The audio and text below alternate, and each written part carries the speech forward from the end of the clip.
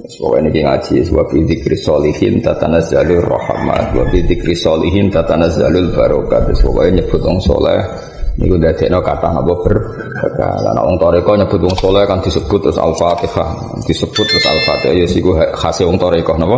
Khase wong toreko. Tapi nek kita nyebut wong saleh ya nyebut manhaje, nyebut cara pandange, nyebut kiat-kiat ilmiah. Anak kepen yo toreko yo ngalim yo disebut ilmiah yo Al-Fatihah. Tapi nanti loro kerakusan, wah sitok ya rapati iso, apa ngono. Aku yang anut toriko, yang anut ulama. Sing ngandel iku sapa? Pertanyaane pun sing ngandel iku sapa? Aneh-aneh. Nah, milih gaya toriko apa gaya ulama? Apa gaya yang bodoh? Bodoh seragaya, ya itu fakta, itu ragaya itu fakta gaya itu. Milih gaya ulama apa gaya toriko? Ya uni-unimu. Wong toreko kadang aku ora cocok. Mosok tiap ketemu saya Fatihah, ya apik Fatihah, tapi kudune mana hijuhu wasiratuhu wasyama iluhu iku dibahas. Kabeh tradisi ulama kuno yang ngono. Misale bakas Kanjeng Nabi.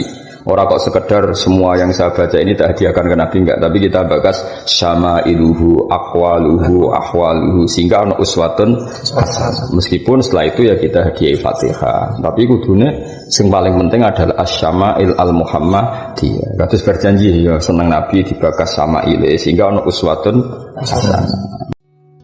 Bismillahirrahmanirrahim.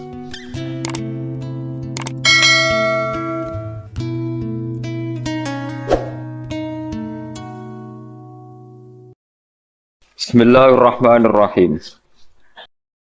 Banyak kula eling dawuh Mbah Mun ora ana wong wani istihad kok Sayyidina Ali. Mane beliau ngadepi fitnah azimah mergo istihad keluar dari Madinah. Tapi Sayyidina Ali ku wong alim barokah nganti saiki. Kok umpama Sayyidina Ali gak pindah Kufah itu mesti Islam tuh lambat karena tersentralisasi di Madinah. Jadi barokah Sayyidina Ali pindah Kufah ini menarik. Sayyidina Ali kan orang top. Pas itu yang ikut pertama diantaranya Abdul bin Mas'ud, itu ikut paket pindah ke Kufah. Makanya terus qiraah masyhurah yang kita ikuti sekarang. Kenapa qari'un kufiyun justru jadi qiraah masyhurah? Fa inna Asiman kufiyun. Imam Asim itu orang Kufah. Wa Ibnu Katsir makkiyun wa Nafi' madaniyun. Tapi yang menjadi qiraah masyhurah malah yang dari Kufah. Padahal jauh dari Mekah. Madinah. Maka fa inna sanada Asim aqrabas sanad ila Rasulillah sallallahu alaihi wasallam. Yaiku guru-gurune Imam Asim menangi ngaji Sayyidina Ali, menangi ngaji Abdul bin Mas'ud. Paham gitu, di wong kudu ngaji. Jadi sawangane adoh tapi parek ya, nama sawangane adoh tapi ya kaya wong Afrika. Wong Afrika sanate dekat karo Kanjeng Nabi karena tadi Umar bin Abdul Aziz kirim kiai ke Afrika.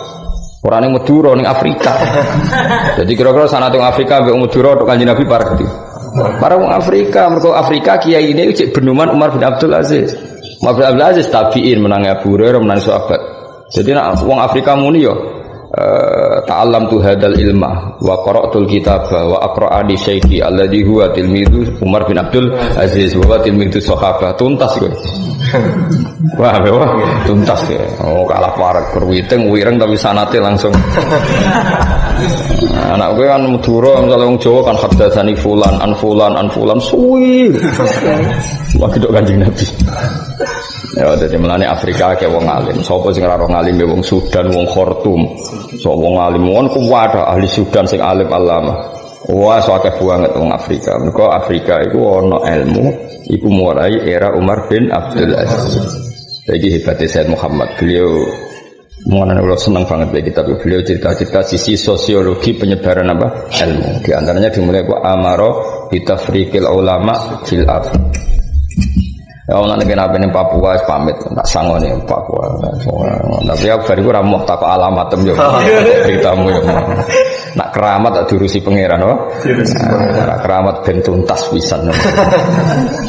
Ndoro mar blablaje sing ngono. Ndek niku bareng alim malah mau gawe warisan takok ilang anak jenengan mboten jenengan pikir. Gak. Nah anakku soleh diurusi pangeran. Nak soleh tinggal di dunia akeh-akeh tambah blarak terus.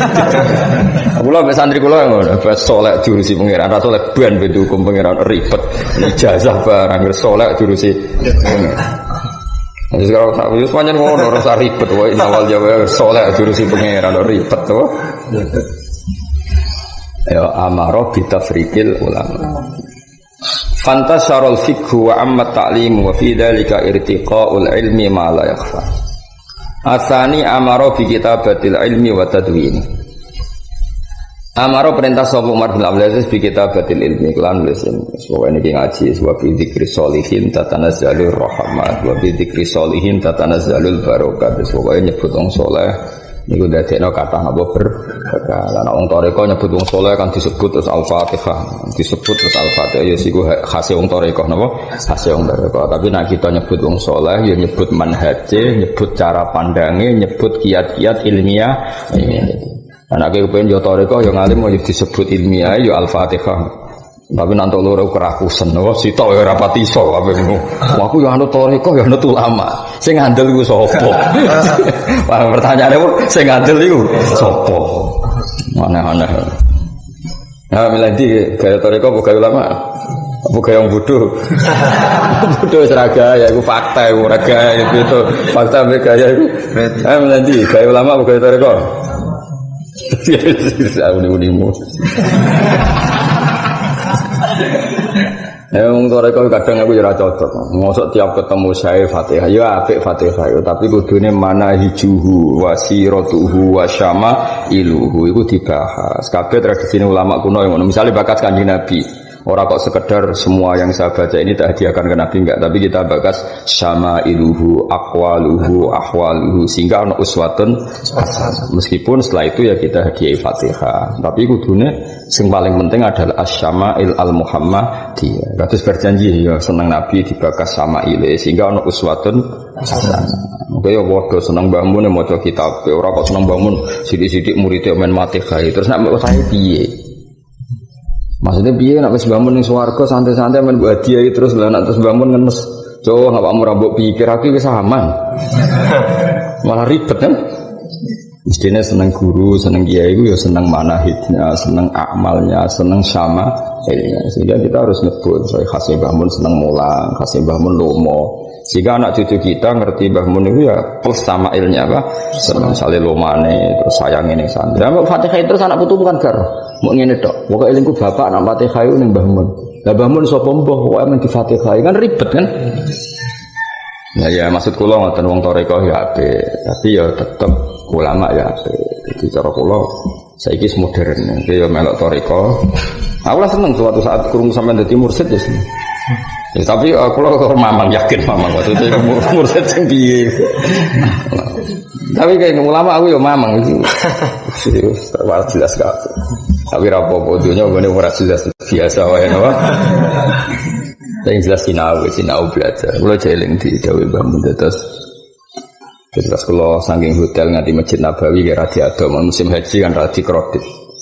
Jadi wong iku ora dawuh Nabi ku tetep sakral. Tapi Mbah Mun yang bahasa riyen dawuh Nabi ku ora oleh dilanggar. Tapi yo Nabi ku longgar, maksudnya wau Nabi ngendikan sok nak ono ramene dunya kabeh iku akeh fitnah macam-macam. Nabi ngendikan apa wal Madinah tu khairun lakum ana fitnah iku basis terbaik napa Madinah. Mulane Sayyidina Utsman ketika dikepung mbek wong-wong Khawarij mau dibunuh itu di mana? Di Madinah. Iku semua cara saniki pas pampresnya semua menyarankan apa ibu kota dipindah supaya lebih aman karena Madinah wis kredit. Jadi Utsman kan saya tidak termasuk orang pertama yang melanggar pesan Nabi bahwa saya harus tetap di Madinah dengan segala fitnahnya. Tapi Sayyidina Ali orang yang bukan mungkin ya, beliau sangat nganggep, sangat berkeyakinan, sangat berprinsip Madinah itu wis piye akumulasi ulama terlalu banyak. Beliau ingin Islam itu dinasyru kemana saja. Kemana jelas Quran ngendikan Islamu rahmatal lil alamin. Ciri khas alamin itu mengglobal apa lokal? Mengglobal. Kok alam itu maknanya mengglobal. Akhirnya Sayyidina Ali milih pindah di Kufah. Dan efeknya luar biasa. Jadi juga Indonesia, para Alawiyin sing alim-alim saking Yaman do pindah ke Indonesia. Akhirnya banyak ilmu teng Indonesia baru kayak Habib Yaman kersa pindah teng Indonesia. Ngo Indonesia ono sing urip nang Korea, sing ning Malaysia, akhire macam-macam. Akhirnya Islam nasru napa sembar. Saiki ya sembar tapi niate mergawe. Iku sing ribet to. Sing ribet. Orang suka rabi wong setempat, terus orang ngurusi agama. Paham ya, jadi jelas ya amaro bitafriqil ulama fil afaq. Apa? Amaro bitafriqil ulama fil afaq ambe amaro bi kitabatil ilmi wa tadwin. Itu ya ada kalah penting. Apa artinya ulama menyebar kemana-mana sementara panduannya tidak ilmu tapi pikiran masing-masing, maka nggak ada standar. Ya kan, termasuk rusak idunya dewe Nabi apa? Wa'ijabu dira'yin bira'yih, orang hanya mengkagumi pendapatnya sendiri. Maka dibutuhkan satu panduan ilmu. Makanya Umar bin Abdul Aziz itu pinter. Ya disebar tapi dengan satu panduan ilmu sing standar. Makanya beliau ya, satu tafrikil ulama, dua kitabatul ilm, sehingga aturan mainnya jelas.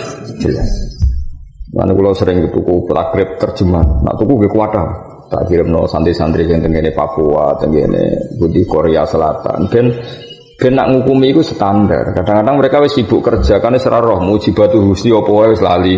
Rukun khutbah ya wis lali. Tapi nak macane kan model terjemahane kan eling men. Kan ya kathah sing dadi imam tuh mriko. Tapi santri-santri pedotan mondok 2 tahun terus pengalamane mau nyatet. Kan ya akeh mulai tetok. Wis ngono-ngono bareng dadi kiai sadar. Ketun Gus kula riyen mondok ra sregep wis roh ngono. Toraimu ketara ngono. Ngoyo ngelawe ya wis ora. Lah nek kowe ngalim sregep ya ora ngarep temangsang ning kene ngono. Ngene kadang aku khotbah iku lali. Ya ben ning Korea Selatan betul tuku kitab ning ndi misale lali. Akhirnya kalau sukani, semua nang ngepot. Nggih nak trainan gitu ngaji mriki itu sering ngaji kula teng Jogja nang mriki. Ya kabeh iku niru Umar bin Abdul Aziz sai-sai-sai. Tentu kita tidak akan seideal Umar bin Abdul, tapi punya semangat untuk niru itu ya. Amaro bi tafriqil ulama, kedua napa amaro bi kitabatil. Mulane dawuh Said Muhammad ya. Asdaro amro ini sing atharo alal fikhi kathiron. Beliau mengeluarkan 2 perintah yang sangat berdampak besar terhadap perkembangan fikih. Bahasa Arab apa? Atharo alal fikhi kathiron birruqiyil azim. Apa? Birruqiyil azim. Nah, ini cobalah jadi etika kita, muhasabah kita. Jadi muhasabah itu cara berpikir kita set, kita pikir ulang. Ternyata semangatnya seorang nabi itu wastaghfir lidzambika walil mu'minun. Semangatnya itu memintakan ampun. Orang ahli tafsir tahu semua kalau nabi itu tidak mungkin dosa. Jadi itu khitabun nabi wa urida bihi ummatu, itu khitab nabi, tapi yang dimaksud itu umatnya karena nabi tidak akan mengalami dzambun, tidak akan mengalami dosa. Sekarang enggak, kadang-kadang kita ini kalau orang lain salah itu semangat. Kalau di perusahaan ada teman salah, apalagi pimpinan salah itu seneng. Barokahnya salah bisa ganti kan gitu. Mungkin di dunia tokoh juga gitu, barokahnya ada tokoh salah, kita yang jadi populer sendiri, tidak boleh seperti itu. Kita harus salimus sodri di jami'il muslimin. Jadi ini harus dilatih. Saya tadi matur sama Habib Ahmad, latihan kita jadi hidup. Nabi itu kalau resep jadi wali itu kata Nabi gampang. Kata Nabi kalau kamu ingin disenangin Allah, ya sudah. Kalau kamu asbahta wa amseta gini-gini, perasaan kamu kata Nabi jangan punya perasaan ghil sama orang muslimin. Itu sudah wadzalika min sunnati. Makanya Nabi ngendikan la yablughni ahadun an ahadin syai'an. Ada yang baca la yuballighni ahadun an ahadin syai'an. Seseorang jangan melaporkan ke saya tentang salahnya yang lain. Fa inni akhruju ilaikum wa ana salimus sadri. Karena saya ingin ketemu sampean semua dalam keadaan salimus sadri, tidak punya perasaan apa-apa.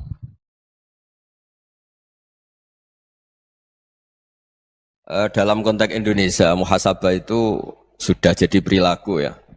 Karena dulu orang tua saya, guru-guru saya kalau ngandani itu, bayangkan kalau kamu jadi dia. Jadi misalnya kita mentang-mentang atasan, otoriter sama bawahan. Bayangkan kalau kamu jadi yang bawahan itu kayak apa? Laukunta makanah, kalau orang Arab bilang, bayangkan kalau kamu di posisi dia.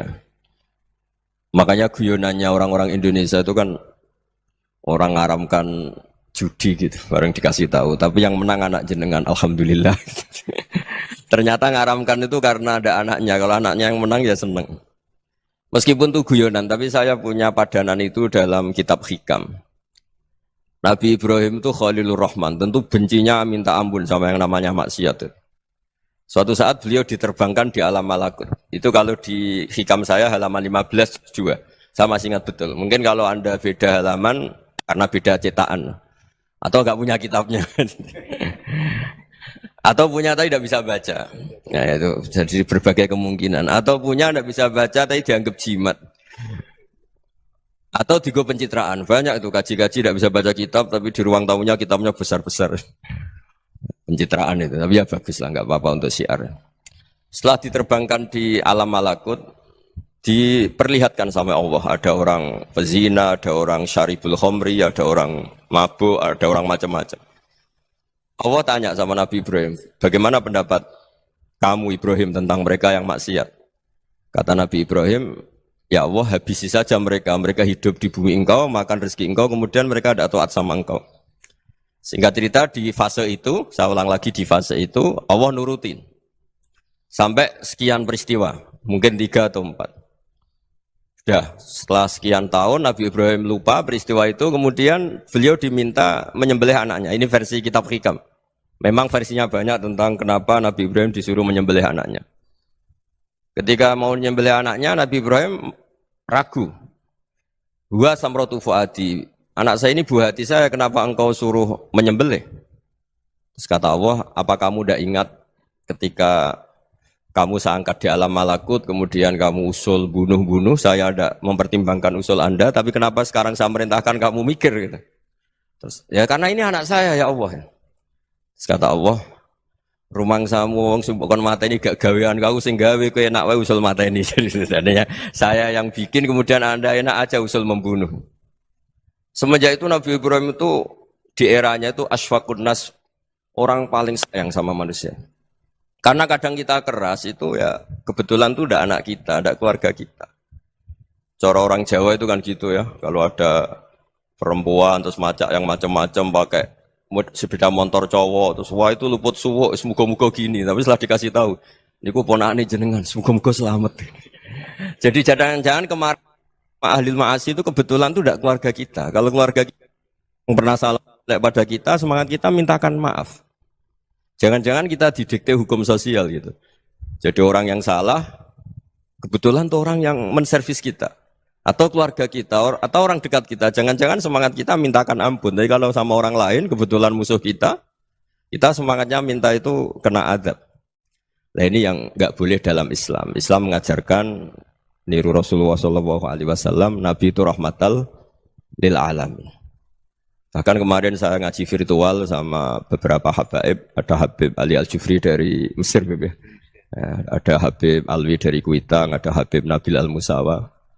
Dari sekian habaib itu saya masih ingat diantaranya yang didawuhkan rahmatan lil alamin itu ketika Nabi adahu kaumuh, disakiti oleh kaumnya, dan itu mereka masih kafir semua. Itu mereka dapat doanya Nabi Allahumma hdi qaumi fa innahum la ya'lamun. Kayak apa baiknya Nabi, orang yang menyakiti, yang melukai, tapi Nabi masih berdoa Allahumma hdi qaumi fa innahum la ya'lamun. Sayyidina Umar dapat doanya Nabi itu yakhina kana kafiran, ketika masih kafir didoakan. Allahumma aizzal Islam bi Umar. Itu ketika masih kafir. Itu pelajaran bagi kita bahwa yang sedang tidak cocok pun itu berdapat doa kita. Ya doa supaya kondisi kita baik, hari tambah baik. Karena agama ini saya berkali-kali bilang limangka nayarjuwa hawal yaumal akhir. Agama ini diperuntukkan bagi yang selalu punya harapan pada Allah Subhanahu wa taala.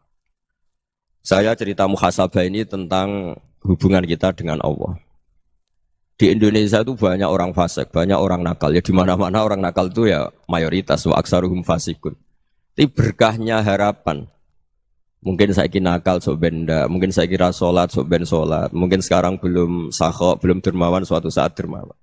Barokahnya itu kefasikan ini dianggap sementara. Sedang fasik, sedang tidak benar. Karena kiai-kiai kita, para guru-guru kita, para habaib utamanya itu mesti bilang semoga husnul khotimah. Nah barokahnya doa itu semoga husnul khotimah itu menjadikan satu pola sosial. Yang sedang fasik ini masih diharapkan jadi lebih baik, jadi lebih. Sehingga kita tidak ngambil sikap ekstrim, yang ingin menghabisi atau ingin mengadili, tidak. Karena selalu kita punya harapan. Dan agama ini limangka nerjuwa hawal yaumil akhir. Bayangkan itu kalau yang nakal itu anak kamu. Pasti kamu nggak ingin kan langsung dapat azab, dapat apa. Padahal kita semua jadi tokoh ini abul kulli, bapak dari semuanya. Sehingga ketika Rasulullah SAW jalan-jalan kemudian melihat perempuan sedang menyalakan api. Kalau apinya mati ditiup, anaknya dijauhkan. Nanti kalau sudah jauh dari api, anaknya digendong lagi. Terus kata Rasulullah, matur ke semua sahabat, "Ara'aitum anna hadhihi tarihatan waladaha 'alan nar." Apa kamu berpendapat bahwa perempuan ini akan melemparkan anaknya ke neraka? Tidak ya Rasulullah. Tidak akan seorang ibu melemparkan anaknya ke api. Terus kata Rasulullah, Allahu arhamu min hadhihi biwaladiha. Allah lebih rahman, lebih rahim dibanding orang tua ini kepada anaknya. Ini yang harus kita kenalkan terus, kita kampanyakan terus supaya orang hubungannya dengan Allah itu nyaman, asik. Sehingga dengan demikian selalu ada harapan bahwa yang sedang nakal ini suatu saat tobat. Kita tidak boleh menghukumi pasti begini, pasti gini, itu tidak wilayah kita. Itu juga yang dicontohkan Rasulullah SAW. Secara lahir Nabi itu nggak berkenan sama Wahsy, karena Wahsy itu salahnya salah fatal karena membunuh ahabban nasi ila Rasulillah, yaitu membunuh Sayyid Hamzah. Jadi ketika Wahsy tobat, Nabi itu nerima tobatnya. Dan ketika beliau dengan basariyahnya agak siap ketemu Wahsy karena harus ingat Sayyid Hamzah, basariyahnya diturutin. Oke, kamu iman, saya turutin, tapi jangan sering ketemu saya. Karena kalau ketemu kamu, saya masih ingat sama paman saya, Sayyid Hamzah. Kita bisa ngelola seperti itu. Kita tidak cocok sama orang, bagaimanapun mereka umat Rasulullah SAW, kita tetap mencintai mereka. Misalnya kalau beda agama, mereka sama-sama orang Indonesia, kita mencintai mereka atas nama warga Indonesia. Tapi kalau misalnya potongannya ora cocok, beda kultur, bawaannya itu mangkelno cara Jawa, ya bisa diilmoni, jangan ketemu. Wong sudah tidak cocok, ingin ketemu nyari solusi. Roh ini tok seneng itu kan ya repot itu. Ya sudah kalau nggak pati cocok ya jangan sering ketemu. Dan itu kita bisa memanage seperti itu tuh bisa. Saya berkali-kali cerita tentang Imam Syafi'i. Kalau dikasih tahu ya Imam Abu Abdillah, panggilannya Imam Syafi'i, tetangga Anda ini ternyata banyak yang nggak senang Anda. Jawabnya beliau senang. Ya bagus kalau nggak senang saya, Anda utang saya katanya. Jadi gara-gara sampean seneng aku ngatur aku ini kan. Dan mungkin sampean ra seneng kan ya enak. Jadi hidup itu dianggap happy. Kalau seneng ya teman silaturahim, kalau nggak seneng ya nggak bakal utang gitu. Baru kayak seneng itu nggak ganggu. Gitu. Jadi dulu itu orang bisa ngelola seneng nggak seneng itu bisa. Karena ada kearifan hubungan dengan Allah Subhanahu wa Ta'ala. Hidupnya selesai karena masyghul bi dzikrillah. Mereka sibuk dengan Allah. Makanya kata ulama-ulama tasawuf, kamu jangan melihat manusia perilakunya, tapi kamu juga harus ingat yang gerakkan semua itu Allah Subhanahu wa Ta'ala. Dengan demikian kita farah, kita senang. Makanya Nabi kalau ngutus Anas bin Malik kemudian enggak kesampaian yang diinginkan karena Anas main, ketika garwa-garwane Nabi agak tersinggung, Nabi andaikan Allah menghendaki yang saya inginkan kesampaian, pasti itu kesampaian. Jadi dianggap kegagalan Anas enggak manggil yang dituju Nabi itu ya kersane Allah, ya enteng saja. Sayyidina Ali lebih parah lagi yang dialamin. Itu dalam beliau kalau dipanggil itu enggak cepat-cepat ke sana. Ketika ditanya, "Kenapa kamu tak panggil enggak cepat ke saya?" "Amin tu ukubatak." Karena aku tahu engkau orang baik. Orang baik itu pemaaf. Jadi makanya orang-orang soleh dulu itu bodoni itu. Makanya sekarang kalau ada orang bodoni itu mesti beda orang soleh. Kalau orang-orang soleh itu kakean husnudzon lagi sering dibodonin. Abdul bin Umar itu masyhur itu. Kalau ada budaknya sering sholat, sergap sholat itu dimerdekakan. Akhirnya enggak sholat pun pura-pura sholat. Akhirnya juga dimerdekakan. Ketika ditanya, kenapa engkau merdekakan? Padahal mereka sholatnya menipu engkau, kata pembisik-pembisik itu. Man khoda'ana lillah in khoda'na lah. Dia nipu atas nama Allah, berarti saat tertipu juga atas nama Allah. Enggak masalah dong, semuanya demi Allah Subhanahu wa Ta'ala. Jadi ketika kita ketemu mensifati Allah Ta'ala itu ghafir. Allah pemaaf. Jangan kamu enggak fair untuk diri kamu nyifati Allah ghafir, pada orang lain Allah kamu sifati syadidul iqab. Jadi Allah kamu atur, kayak MC tadi ngatur saya. Jadi Allah itu apa? Kalau pada saya ghafir, kalau pada musuh saya syadidul iqab. Itu enggak fair. Kalau Anda punya harapan kepada Allah karena Allah Rahman Rahim, Allah ghafir, sebenarnya Allah pada musuh kita ya bisa saja Allah ghafir, bisa saja Allah Rahman Rahim. Sehingga kita melihat orang lain yang kita tidak cocok itu ya enteng saja. Itu min ummati Rasulillah sing tanaluhu syafa'atuh, tanaluhu sa'atu rahmati, tanaluhu fair. Jangan dengan kita kayak mesti dapat rahmat. Jangan orang lain kayak Allah pasti syadidul iqab. Itu tidak boleh. Sehingga ketika ada orang Badui, singkat cerita orang Badui ini kencing di masjid. Semua sahabat membentak dia. Yang enggak bentak hanya Nabi tok. Saking mangkalnya orang ini karena semua sahabat bentak kecuali Nabi. Setelah dibenari Nabi, terus Nabi nyuruh Sobu Ali Dhanuban min ma'in. Setelah disucikan masjid itu, dia berdoa keras sekali. Allahumma arhamni wa Muhammadan wa la tarham ma'ana ahadan. Ya Allah, yang berhak dapat rahmatmu hanya saya dan Nabi Muhammad, yang lainnya jangan. Karena yang lainnya tuh jengkelin, gitu aja saya salah dimarah-marahin gitu. Jadi kalau kamu doa terbatas ya kayak orang Bedui ini, kayak orang Arabi. Apa kata Nabi? Laqad tahajjarta wasi'an. Allah yang rahmatnya luas menjadi kamu sempitkan. Karena kamu mau atur Allah hanya Rahman pada Indonesian Power, pada NU, pada kita, yang orang lain nggak perlu dapat. Itu kan kasihan Islam, karena Islam terus nggak dimiliki semua orang. Allah tidak dimiliki semua orang, Rasulullah nggak dimiliki semua orang, karena di NU, di ormas tertentu, di nggak boleh seperti itu. Nggak boleh takhasyar tawasian, kata Nabi, tidak boleh mempersempit zat yang rahmatnya itu luas. Ini semoga etika ini kita pakai di Indonesia. Yang sedang fase kita harapkan lebih baik. Yang sedang nggak dapat hidayah kita doakan dapat apa? Hidayah. Masyhur kan, makanya tadi saya mohon sama Habib Ali supaya Habib Ahmad supaya tetap mahalul qiyam, tabaruk sama Habib Ali. Di antara doa-doa di Simtud Duror masyhur itu antuqa bilal mudhniba minnah bil ghufran wal musi'a bil ihsan. Jadi harapannya para habaib, para orang-orang baik dulu ya, semoga yang dosa itu dimaafkan, yang sedang salah dibuka, bikin lebih baik. Nabi itu tugasnya juga gitu. Wastaghfir li dzambika walil mu'minina wal mu'minat. Nabi itu tugasnya juga memintakan ampun yang sedang salah. Nah, ini cobalah jadi etika kita, muhasabah kita. Jadi muhasabah itu cara berpikir kita set, kita pikir ulang. Ternyata semangatnya seorang nabi itu wastaghfir li dzambika walil mu'minin. Semangatnya itu memintakan ampun. Orang ahli tafsir tahu semua kalau Nabi itu tidak mungkin dosa. Jadi itu khitabun Nabi wa urida bihi ummatu, itu khitab Nabi, tapi yang dimaksud itu umatnya, karena Nabi tidak akan mengalami dzambun, tidak akan mengalami dosa. Sekarang enggak, kadang-kadang kita ini kalau orang lain salah itu semangat. Kalau di perusahaan ada teman salah, apalagi miran salah itu seneng. Barokahnya salah bisa ganti kan gitu. Ya, jadi kalau mungkin di dunia tokoh juga gitu, barokahnya ada tokoh salah, kita yang jadi populer sendiri, tidak boleh seperti itu. Kita harus salimus sodri di jami'il muslimin. Jadi ini harus dilatih. Saya tadi matur sama Habib Ahmad, latihan kita jadi hidup. Nabi itu kalau resep jadi wali itu kata Nabi gampang.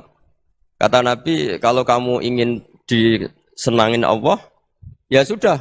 Kalau kamu asbahta, amseta, gini-gini, perasaan kamu, kata Nabi, jangan punya perasaan ghil sama orang muslimin. Itu sudah wadzalika min sunnati. Makanya Nabi ngendikan la yablughni ahadun an ahadin syai'an. Ada yang baca la yuballighni ahadun an ahadin syai'an.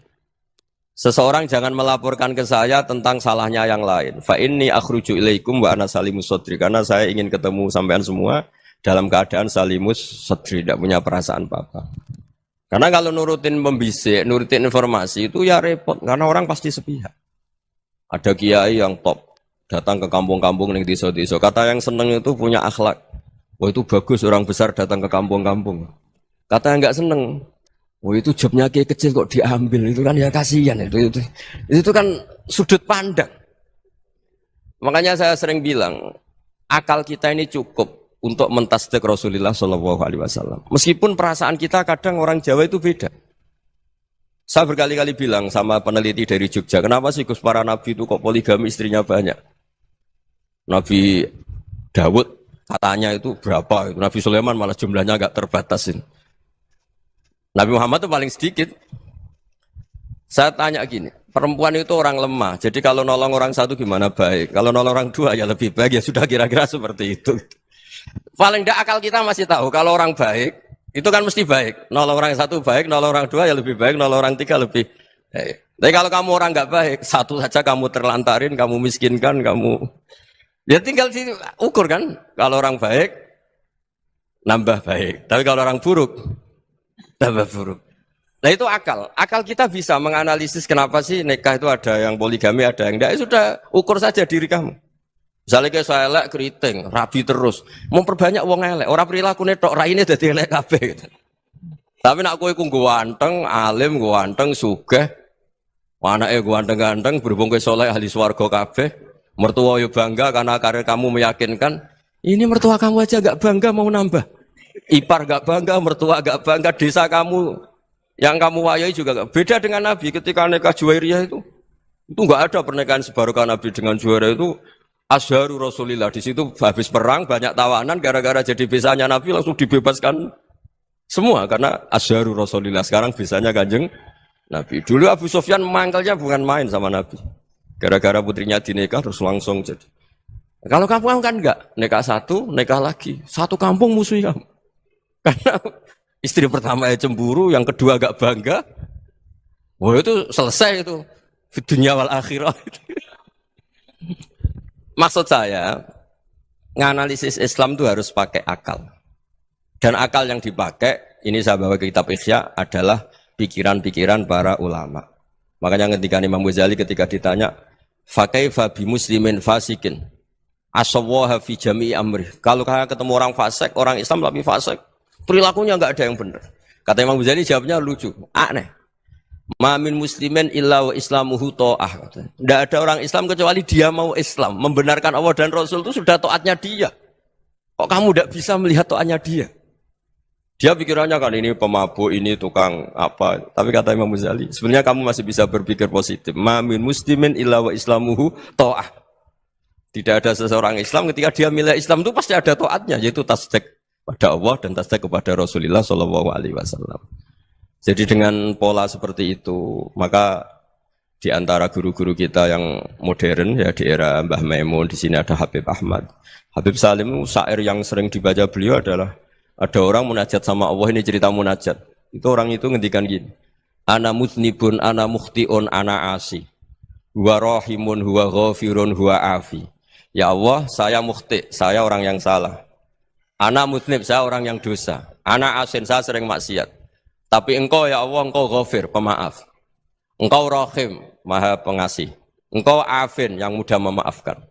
Terus kata orang ini, ya agak kurang ajar, tapi saking senengnya sama Allah. Qobal tuhunna salasatan bisalasat. Ya gini saja ya Allah, sifat engkau diadu dengan sifat saya. Engkau Tuhan, Gusti, enggak boleh kalah katanya. Terus wasatah liban ausofu ausofi, dan engkau pasti pemenangnya. Gitu. Jadi ada orang rayu Allah dengan cara seperti itu ya ada ya. Saya ini manusia, salah saya banyak. Engkau ampunannya banyak. Engkau Tuhan, Gusti, enggak boleh ampunan Anda, ampunan engkau kalah dengan salah saya. Enggak boleh Tuhan kok kalah. Nah, jadi untuk supaya orang punya harapan gitu. Banyak juga wali-wali yang jadab ketika datang ke makam Rasulullah SAW. Itu kalau dongo ya agak kacau sebetulnya, cara syariat agak kacau. Ya Allah, engkau punya dua pilihan. Jika engkau menjadikan saya soleh, surah habibu, yang senang kekasihmu, yaitu Rasulullah SAW. Tapi jika engkau menjadikan saya fasik, surah adubuk, yang senang itu setan. Monggo jenengan mau menyenangkan kekasih jenengan, mau menyenangkan musuh jenengan, monggo. Jenengan bebas kok memilih. Nah, mestinya Allah ya senang menyenangkan kekasihnya. Jadi ya, intinya Allah dipaksa untuk menjadikan dia orang soleh gitu. Jadi kayak kemarin itu Pak Bu siapa? Ke sini itu yang sama jenengan. Kuliah ke sini itu sama Habib Ahmad. Saya pertama enggak mau, lama-lama Habib Ahmad. Ini gimana, Gus? Orang taunya saya dekat jenengan, kalau enggak kasil saya waduh. Ini kayak doanya wali yang tadi. Enggak punya pilihan, Bu. Enggak ada pilihan ini. Jadi saya mohon muhasabah itu dimulai cara berpikir. Makanya di sini sebetulnya tag ini supaya dapat barokahnya Ihya. Ini kitab yang disenangi para habaib, para ulama. Sebetulnya tag di muhasabah itu redaksinya gini ya, yang lengkap. Hasibu anfusakum qabla an tuhasabu wa zinuha qabla an tuzanu wa tahayya'u lil ardil akbar. Jadi ada kata wazinu, jadi ukur. Perilaku Anda ini diukur, ditakar. Misalnya kita sebagai suami kan ya punya hal-hal yang kita tidak ideal. Corong Jawa mesti pesek. Cara rezeki ya pas-pasan itu. Dan kita juga kalau, makanya agak boleh tanya istri begini, apa saya cinta pertama Anda? Pasti Anda kecewa. Orang jadi istri hanya korban terakhir gitu. Sudah. Karena orang kalau ngelamar kemana-mana gak jadi, yang jadi istri itu pasti korban terakhir gitu. Jarang istri pilihan pertama, jarang. Ayo semua yang nikah. Rata-rata itu pilihan Anda pertama Pak, dari sekian ditolak di mana-mana terus. Ya perempuan terakhir. Kamu juga korban terakhir gitu.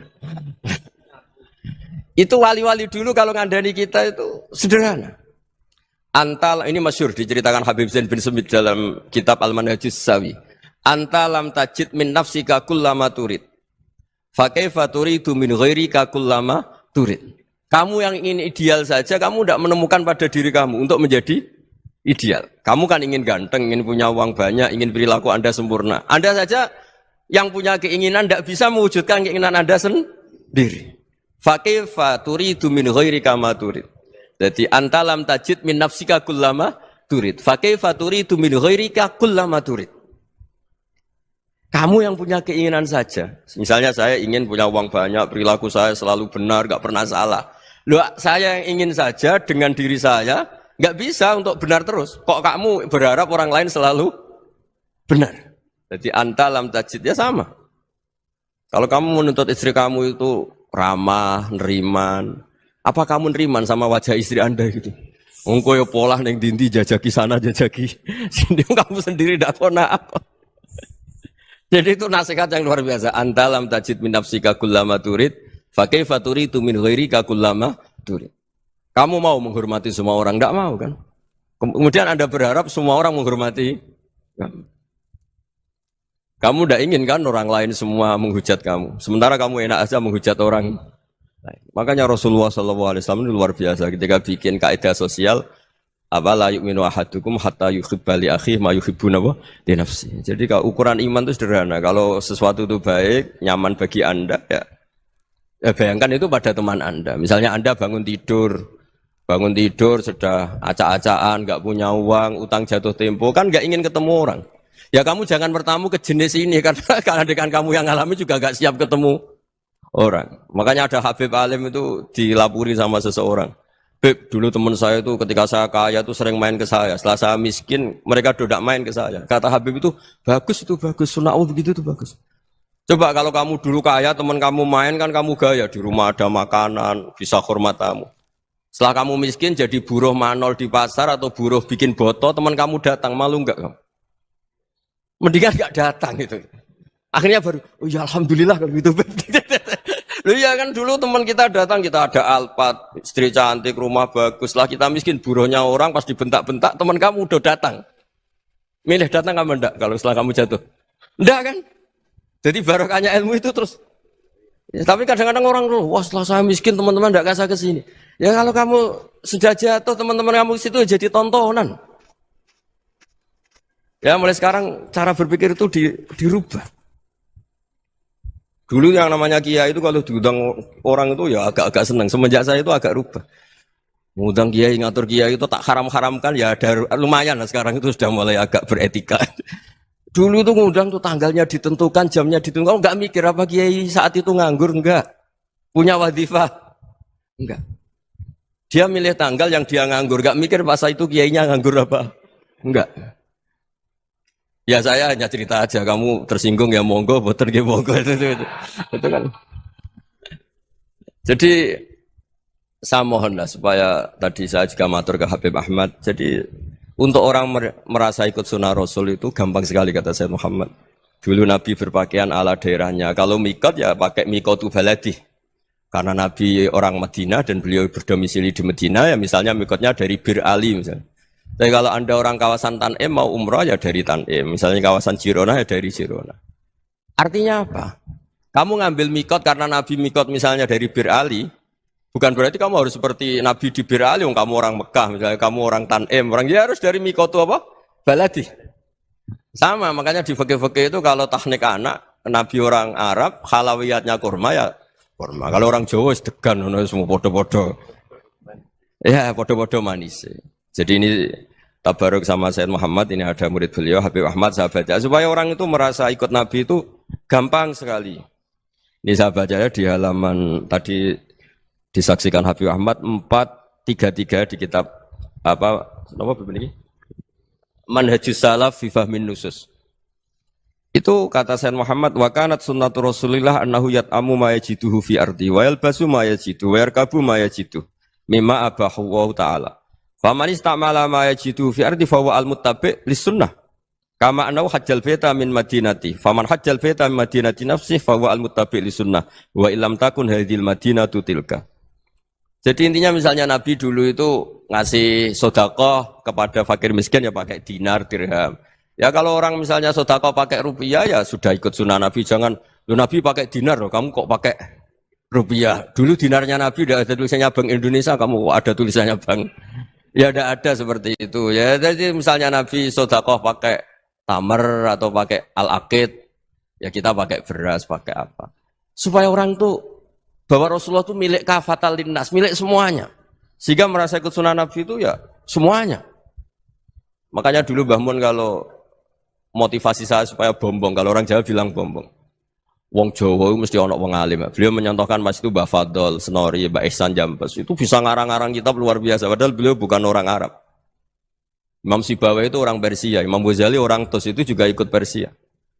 Kata Imam Mun, wong sing ora Arab lah mesti untuk jatah alim kata beliau. Karena Nabi itu diutus ke fatal linnas. Nanti kalau orang yang alim itu Arab tok, berarti tidak ada perwakilan dari Afrika, dari Asia Tenggara, dari mana-mana. Makanya karena Nabi statusnya itu kafatal linnas. Jadi kita harus bangga sebagai Muslim, sebagai orang Indonesia karena misalnya Wali Kutub dulu terkenalnya hanya ada di Yaman, di mana. Ternyata pernah ada juga di Indonesia dan seperti Habib Abu Bakar Segaf Gresik.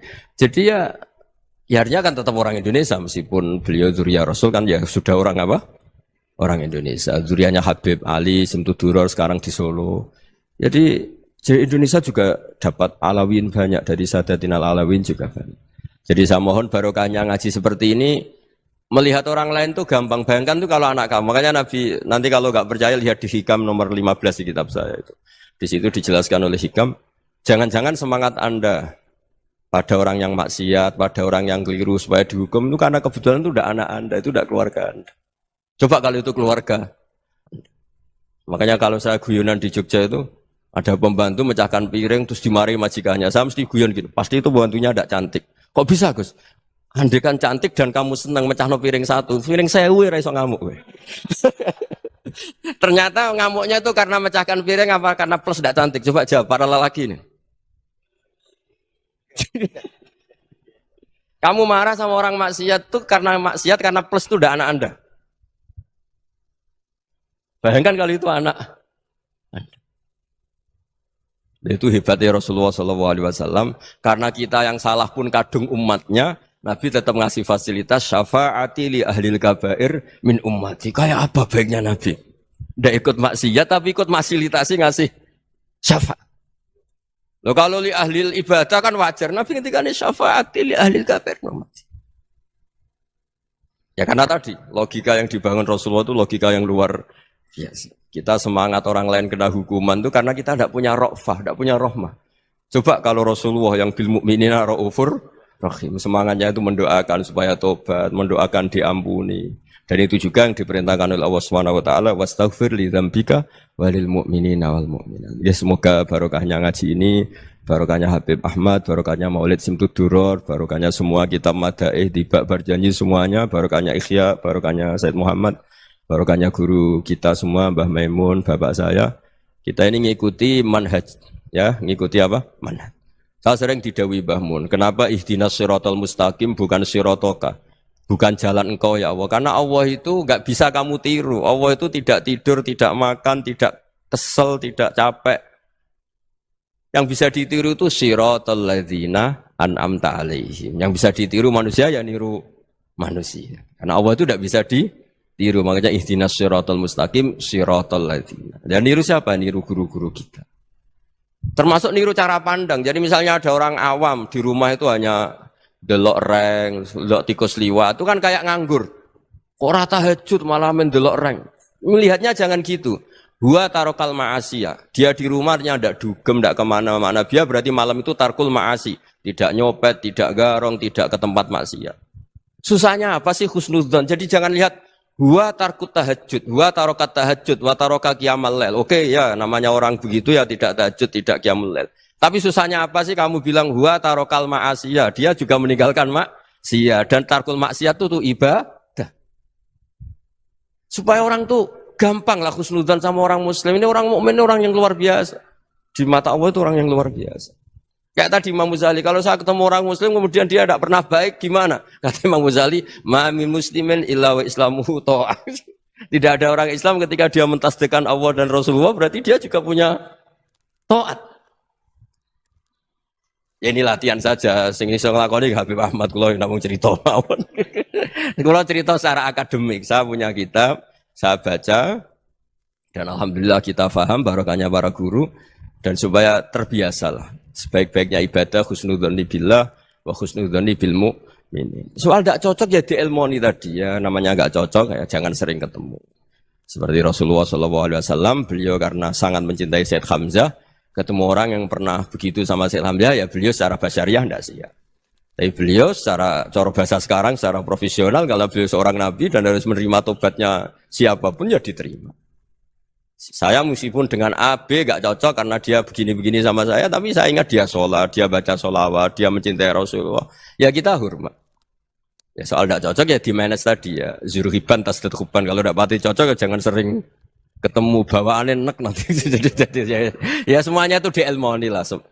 Makanya ngendikane Ma'ruf Al-Qurhi ada yang baca Al-Kharqi, mangqala fil yaumi salasa marrat wa marham umat Muhammad kutiba minal abdal. Karena semangat mencintai siapapun satu hari sering baca Umar Hamad Muhammad, wa asli umat Muhammad, wa tajawaz an umati Muhammad. Itu mesti kutiba minal abdal. Dia pasti termasuk wali abdal. Maksudnya semangat mencintai.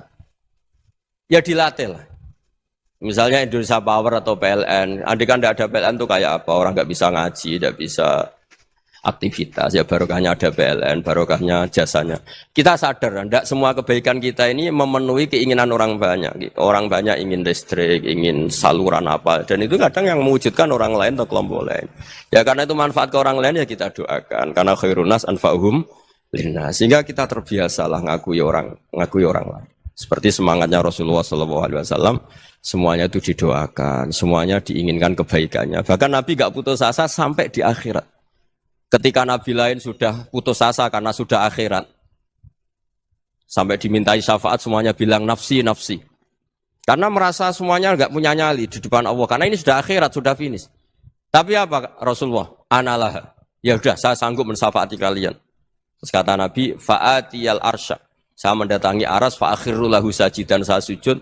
Wa ahmaduhu bimahamida allamaniha rabbi. Kemudian saya tetap muji Allah dengan pujian yang terus menerus. Padahal sudah di akhirat, sudah finish. Nabi dimintai syafaat masih sanggup. Karena Nabi tahu, akhirat tidak bisa mendikte Allah. Tidak bisa. Allah terus bilang, ya Allah ini akhirat. Engkau sudah tidak boleh mensyafaat. Tidak bisa. Allah tidak bisa diganggu akhirat. Allah tidak boleh dibatalkan rahmannya oleh akhirat. Allah tetap rahman rahim abadal abad. Dan Nabi tahu itu. Makanya kata para ulama, fa Muhammadun ahmadu min ghairihi. Jadi Nabi Muhammad namanya dua. Yang terkenal. Sebenarnya banyak yang terkenal dua. Muhammad sama Ahmad. Ketika Nabi punya nyali memuji Allah di akhirat atau sudah di akhirat, itu fa Muhammadun ahmadu min ghairi. Ketika Nabi lain sudah tidak punya nyali muji Allah karena sudah akhirat, Nabi Muhammad tetap berani muji Allah di saat seperti itu. Makanya ahmadu di situ kata ulama itu af'al tafdil. Fa Muhammadun ahmadu min ghairi. Kanjeng Nabi lebih memuji Allah di saat yang Nabi lain sudah tidak punya nyali untuk muji Allah di saat itu. Makanya kata Nabi fa akhiru lahu sajidan wa ahmadhu bimahamida allamaniha rabbi. Akhirnya setelah lama gitu terus Allah ngendikan ya Muhammad irfa' ra'sak wasal tu'tah wasfa' tusyaffa. Sudah Muhammad angkat kepala kamu minta apa saya turutin dan kalau kamu ingin mensyafaati umatmu saya beri hak apa? Syafaat.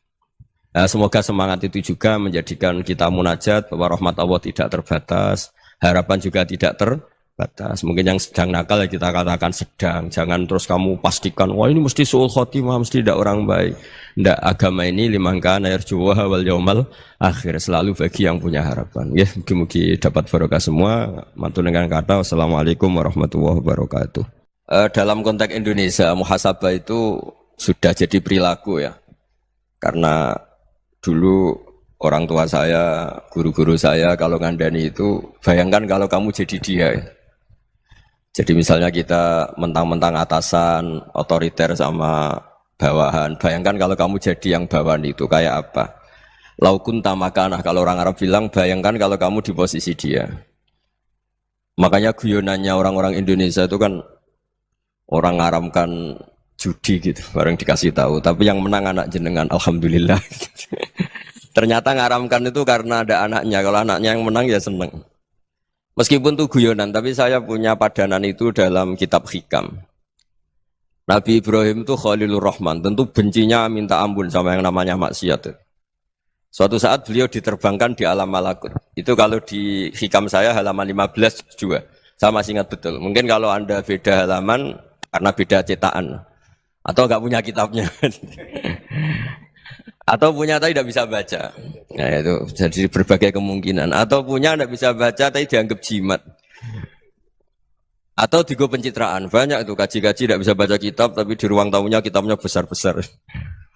Pencitraan itu. Tapi ya bagus lah, nggak apa-apa untuk syiar. Setelah diterbangkan di alam malakut, diperlihatkan sama Allah. Ada orang pezina, ada orang syaribul khomri, ada orang mabuk, ada orang macam-macam. Allah tanya sama Nabi Ibrahim, bagaimana pendapat kamu Ibrahim tentang mereka yang maksiat? Kata Nabi Ibrahim, ya Allah habisi saja mereka. Mereka hidup di bumi engkau, makan rezeki engkau, kemudian mereka tidak taat sama engkau. Singkat cerita di fase itu, saya ulang lagi di fase itu, Allah nurutin. Sampai sekian peristiwa, mungkin 3 atau 4. Sudah, setelah sekian tahun Nabi Ibrahim lupa peristiwa itu, kemudian beliau diminta menyembelih anaknya. Ini versi kitab Hikam. Memang versinya banyak tentang kenapa Nabi Ibrahim disuruh menyembelih anaknya. Ketika mau menyembelih anaknya, Nabi Ibrahim ragu. Huwa samratu fuadi. Anak saya ini buah hati saya, kenapa engkau suruh menyembelih?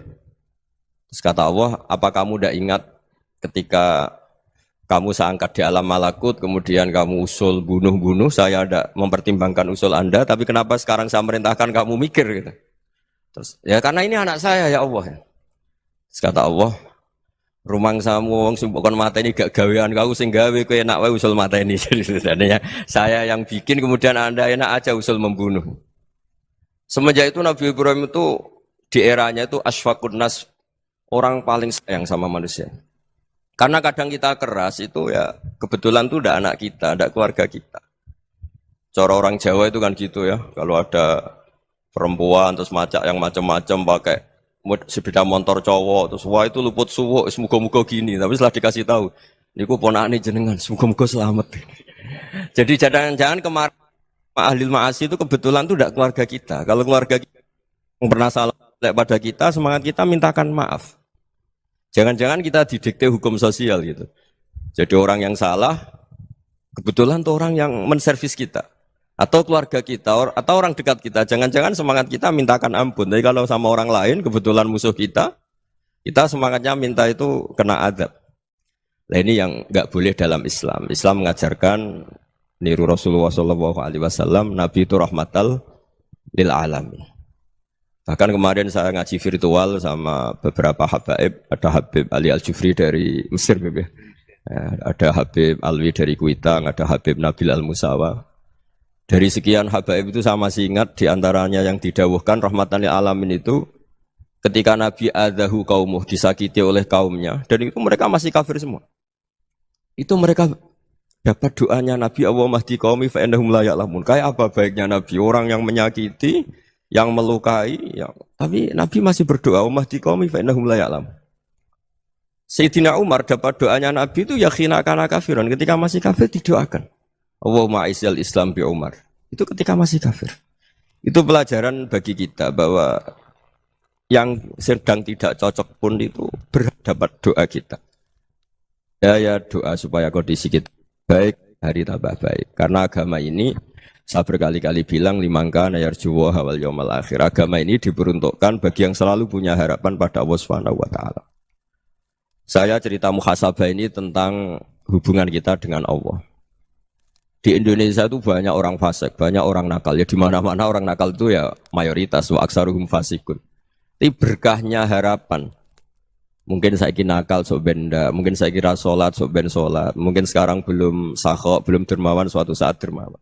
Barokahnya itu kefasikan ini dianggap sementara, sedang fasik, sedang tidak benar. Karena kiai-kiai kita, para guru-guru kita, para habaib utamanya itu mesti bilang semoga husnul khotimah.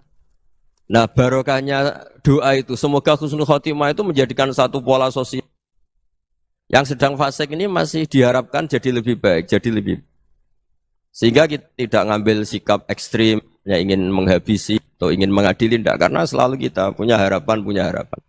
Dan agama ini limangkan erjuwo hawal yawm akhir.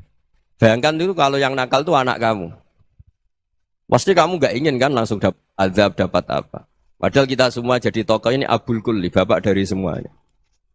Sehingga ketika Rasulullah SAW jalan-jalan kemudian melihat perempuan sedang menyalakan api. Kalau apinya mati ditiup, anaknya dijauhkan. Nanti kalau sudah jauh dari api, anaknya digendong lagi. Terus kata Rasulullah, matur ke semua sahabat, Aro'aitum anna hadih tarihatan waladaha alan nar. Apa kamu berpendapat bahwa perempuan ini akan melemparkan anaknya ke neraka? Tidak ya Rasulullah. Tidak akan seorang ibu melemparkan anaknya ke api. Terus kata Rasulullah, Allahu arhamu min hadih biwaladiha. Allah lebih rahman, lebih rahim dibanding orang tua ini kepada anaknya. Ini yang harus kita kenalkan terus, kita kampanyakan terus, supaya orang hubungannya dengan Allah itu nyaman, asik. Sehingga dengan demikian selalu ada harapan bahwa yang sedang nakal ini suatu saat tobat. Kita tidak boleh menghukumi pasti begini, pasti gini, itu tidak wilayah kita. Itu juga yang dicontohkan Rasulullah SAW. Secara lahir Nabi itu nggak berkenan sama Wahsy, karena Wahsy itu salahnya salah fatal, karena membunuh ahabban nasi ila Rasulillah, yaitu membunuh Said Hamzah. Jadi ketika Wahsy tobat, Nabi itu nerima tobatnya. Dan ketika beliau dengan basariyahnya agak siap ketemu Wahsy karena harus ingat Sayyid Hamzah, basariyahnya diturutin. Oke, kamu iman, saya turutin, tapi jangan sering ketemu saya. Karena kalau ketemu kamu, saya masih ingat sama paman saya, Sayyid Hamzah. Kita bisa ngelola seperti itu. Kita tidak cocok sama orang, bagaimanapun mereka umat Rasulullah SAW, kita tetap mencintai mereka. Misalnya kalau beda agama, mereka sama-sama orang Indonesia, kita mencintai mereka atas nama warga Indonesia. Tapi kalau misalnya potongannya ora cocok, beda kultur, bawaannya itu mangkel no coro Jawa, ya bisa diilmoni, jangan ketemu. Wong sudah tidak cocok, ingin ketemu nyari solusi, roh ini tok seneng itu kan ya repot itu. Ya sudah, kalau nggak pati cocok ya jangan sering ketemu. Dan itu kita bisa memanage seperti itu tuh bisa. Saya berkali-kali cerita tentang Imam Syafi'i. Kalau dikasih tahu ya Imam Abu Abdillah, panggilannya Imam Syafi'i, tetangga Anda ini ternyata banyak yang nggak senang Anda. Jawabnya beliau senang. Ya bagus kalau nggak senang saya, ndak utang saya katanya. Jadi gara-gara sampean seneng aku ngatur aku ini kan. Dan mungkin sampean ra seneng kan ya enak. Jadi hidup itu dianggap happy. Kalau seneng ya teman silaturahim, kalau nggak seneng ya nggak bakal utang gitu. Baru kayak seneng itu nggak ganggu. Gitu. Jadi dulu itu orang bisa ngelola seneng ndak seneng itu bisa. Karena ada kearifan hubungan dengan Allah Subhanahu wa Ta'ala. Hidupnya selesai karena masyghul bi dzikrillah. Mereka sibuk dengan Allah. Makanya kata ulama-ulama tasawuf, kamu jangan melihat manusia perilakunya, tapi kamu juga harus ingat yang gerakkan semua itu Allah Subhanahu wa Ta'ala. Dengan demikian kita farah, kita senang. Makanya Nabi kalau ngutus Anas bin Malik kemudian nggak kesampaian yang diinginkan karena Anas main, ketika garwa-garwani Nabi agak tersinggung, Nabi andaikan Allah menghendaki yang saya inginkan kesampaian, pasti itu kesampaian. Jadi dianggap kegagalan Anas nggak manggil yang dituju Nabi itu ya kersane Allah, ya enteng saja. Sayyidina Ali lebih parah lagi yang dialamin.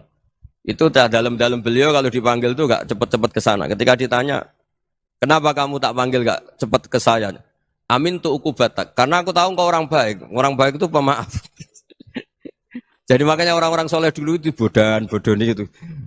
Makanya sekarang kalau ada orang bodoni itu mesti bidik orang soleh. Kalau orang-orang soleh itu kakean husnudzon lagi sering dibodonin.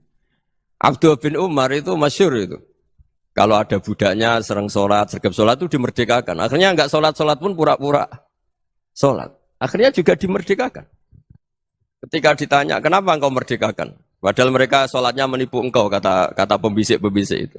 Man khoda'ana lillah in khoda'na lah. Dia nipu atas nama Allah, berarti saat tertipu juga atas nama Allah. Enggak masalah dong, semuanya demi Allah Subhanahu wa Ta'ala. Mensifati Allah Ta'ala itu ghafir. Allah pemaaf. Jangan kamu enggak fair untuk diri kamu nyifati Allah ghafir, pada orang lain Allah kamu sifati syadidul iqab. Jadi Allah kamu atur, kayak MC tadi ngatur saya. Jadi Allah itu apa? Kalau pada saya ghafir, kalau pada musuh saya syadidul iqab. Itu enggak fair.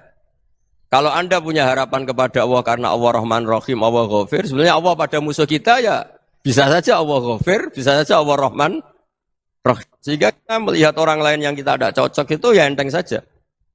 Itu min ummati Rasulillah sing tanaluhu syafa'atuh, tanaluhu sa'atu rahmati, tanaluhu fair. Jangan dengan kita kayak mesti dapat rahmat. Jangan orang lain kayak Allah pasti syadidul iqab. Itu tidak boleh. Sehingga ketika ada orang Badui, singkat cerita orang Badui ini kencing di masjid. Semua sahabat membentak dia. Yang enggak bentak hanya Nabi tok. Saking mangkalnya orang ini karena semua sahabat bentak kecuali Nabi. Setelah dibenarin Nabi, terus Nabi nyuruh Sobbu ali dhanuban min ma'in. Setelah disucikan masjid itu, dia berdoa keras sekali. Allahumma arhamni wa Muhammadan wa la tarham ma'ana ahadan. Ya Allah, yang berhak dapat rahmatmu hanya saya dan Nabi Muhammad, yang lainnya jangan. Karena yang lainnya tuh jengkelin, gitu aja saya salah dimarah-marahin gitu. Jadi kalau kamu doa terbatas ya kayak orang Bedui ini, kayak orang Arabi. Apa kata Nabi? Laqad tahajjarta wasi'an. Allah yang rahmatnya luas menjadi kamu sempitkan. Karena kamu mau atur Allah hanya Rahman pada Indonesian Power, pada NU, pada kita yang orang lain nggak perlu dapat. Itu kan kasihan Islam karena Islam terus nggak dimiliki semua orang. Allah nggak dimiliki semua orang, Rasulullah nggak dimiliki semua orang karena di NU, di ormas tertentu, di nggak boleh seperti itu. Nggak boleh takhasyar tawasian kata Nabi, nggak boleh mempersempit zat yang rahmatnya itu luas. Ini semoga etika ini kita pakai di Indonesia. Yang sedang fase kita harapkan lebih baik. Yang sedang nggak dapat hidayah kita doakan dapat apa? Hidayah. Masyhur kan, makanya tadi saya mohon sama Habib Ali supaya Habib Ahmad supaya tetap mahalul qiyam, tabaruk sama Habib Ali di antara doa-doa di Simtuduror masyhur itu antuqabilal mudhniba minnah bil ghufran wal musi'a bil ihsan. Jadi harapannya para habaib, para orang-orang baik dulu ya semoga yang dosa itu dimaafkan, yang sedang salah dibuka, bikin lebih baik. Nabi itu tugasnya juga gitu. Wastaghfir li dzambika walil mu'minina wal mu'minat. Nabi itu tugasnya juga memintakan ampun yang sedang salah.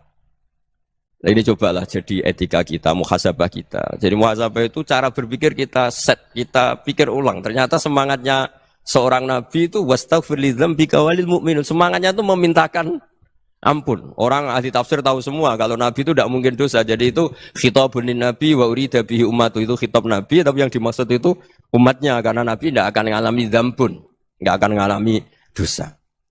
Sekarang enggak, kadang-kadang kita ini kalau orang lain salah itu semangat. Kalau di perusahaan ada teman salah, apalagi miran salah itu seneng. Barokahnya salah bisa ganti kan gitu. Jadi kalau mungkin di dunia tokoh juga gitu, barokahnya ada tokoh salah, kita yang jadi populer sendiri, tidak boleh seperti itu. Kita harus salimus sodri di jami'il muslimin. Jadi ini harus dilatih. Saya tadi matur sama Habib Ahmad, latihan kita jadi hidup. Nabi itu kalau resep jadi wali itu kata Nabi gampang. Kata Nabi, kalau kamu ingin disenangin Allah, ya sudah. Kalau kamu asbahta, amseta, gini-gini, perasaan kamu kata Nabi, jangan punya perasaan ghil sama orang muslimin. Itu sudah wadzalika min sunnati. Makanya Nabi ngendikan la yablughni ahadun an ahadin syai'an. Ada yang baca la yuballighni ahadun an ahadin syai'an.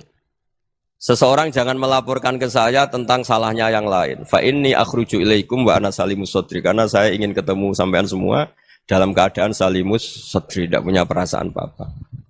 Karena kalau nurutin membisik, nurutin informasi itu ya repot. Karena orang pasti sepihak. Ada kiai yang top, datang ke kampung-kampung ning desa-desa. Kata yang seneng itu punya akhlak. Wah itu bagus orang besar datang ke kampung-kampung. Kata yang enggak seneng, wah itu jobnya kiai kecil kok diambil. Itu kan ya kasihan itu kan sudut pandang. Makanya saya sering bilang, akal kita ini cukup untuk mentasdik Rasulullah SAW. Meskipun perasaan kita kadang orang Jawa itu beda. Saya berkali-kali bilang sama peneliti dari Jogja, kenapa sih Gus para nabi itu kok poligami istrinya banyak? Nabi Dawud katanya itu berapa? Nabi Sulaiman malah jumlahnya agak terbatas. Nabi Muhammad itu paling sedikit. Saya tanya gini, perempuan itu orang lemah, jadi kalau nolong orang satu gimana baik? Kalau nolong orang dua ya lebih baik, ya sudah kira-kira seperti itu.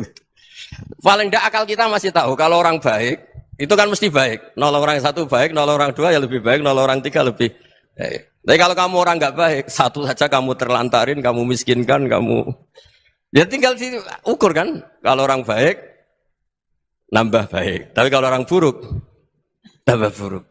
Nah itu akal. Akal kita bisa menganalisis kenapa sih nikah itu ada yang poligami, ada yang enggak. Ya sudah, ukur saja diri kamu. Misalnya kayak saya elek keriting, rabi terus, memperbanyak wong elek, orang perilaku tok raine dadi elek kabeh. Gitu. Tapi nak kowe ku ganteng, alim, ganteng, sugih, anake ganteng-ganteng, berhubung kowe saleh ahli swarga kabeh, mertua yo bangga karena karir kamu meyakinkan. Ini mertua kamu aja gak bangga mau nambah. Ipar gak bangga, mertua gak bangga, desa kamu yang kamu wayai juga gak. Beda dengan Nabi ketika nikah Juwairiyah itu gak ada pernikahan sebarokah Nabi dengan Juwairiyah itu. Azharu Rasulillah, di situ habis perang banyak tawanan gara-gara jadi besanya Nabi langsung dibebaskan semua karena Azharu Rasulillah. Sekarang besanya Kanjeng Nabi. Dulu Abu Sufyan mangkalnya bukan main sama Nabi. Gara-gara putrinya dinikah terus langsung jadi. Kalau kamu kan enggak, nikah satu, nikah lagi. Satu kampung musuh kamu. Karena istri pertama cemburu, yang kedua agak bangga. Wah itu selesai itu. Di dunia wal akhirah. Maksud saya, nganalisis Islam itu harus pakai akal. Dan akal yang dipakai, ini saya bawa ke kitab Ihya, adalah pikiran-pikiran para ulama. Makanya ketika Imam Ghazali ketika ditanya, fakaifa bi muslimin fasikin, asawwaha fi jami'i amri. Kalau ketemu orang fasik, orang Islam tapi fasik, perilakunya enggak ada yang benar. Kata Imam Ghazali jawabnya lucu, aneh.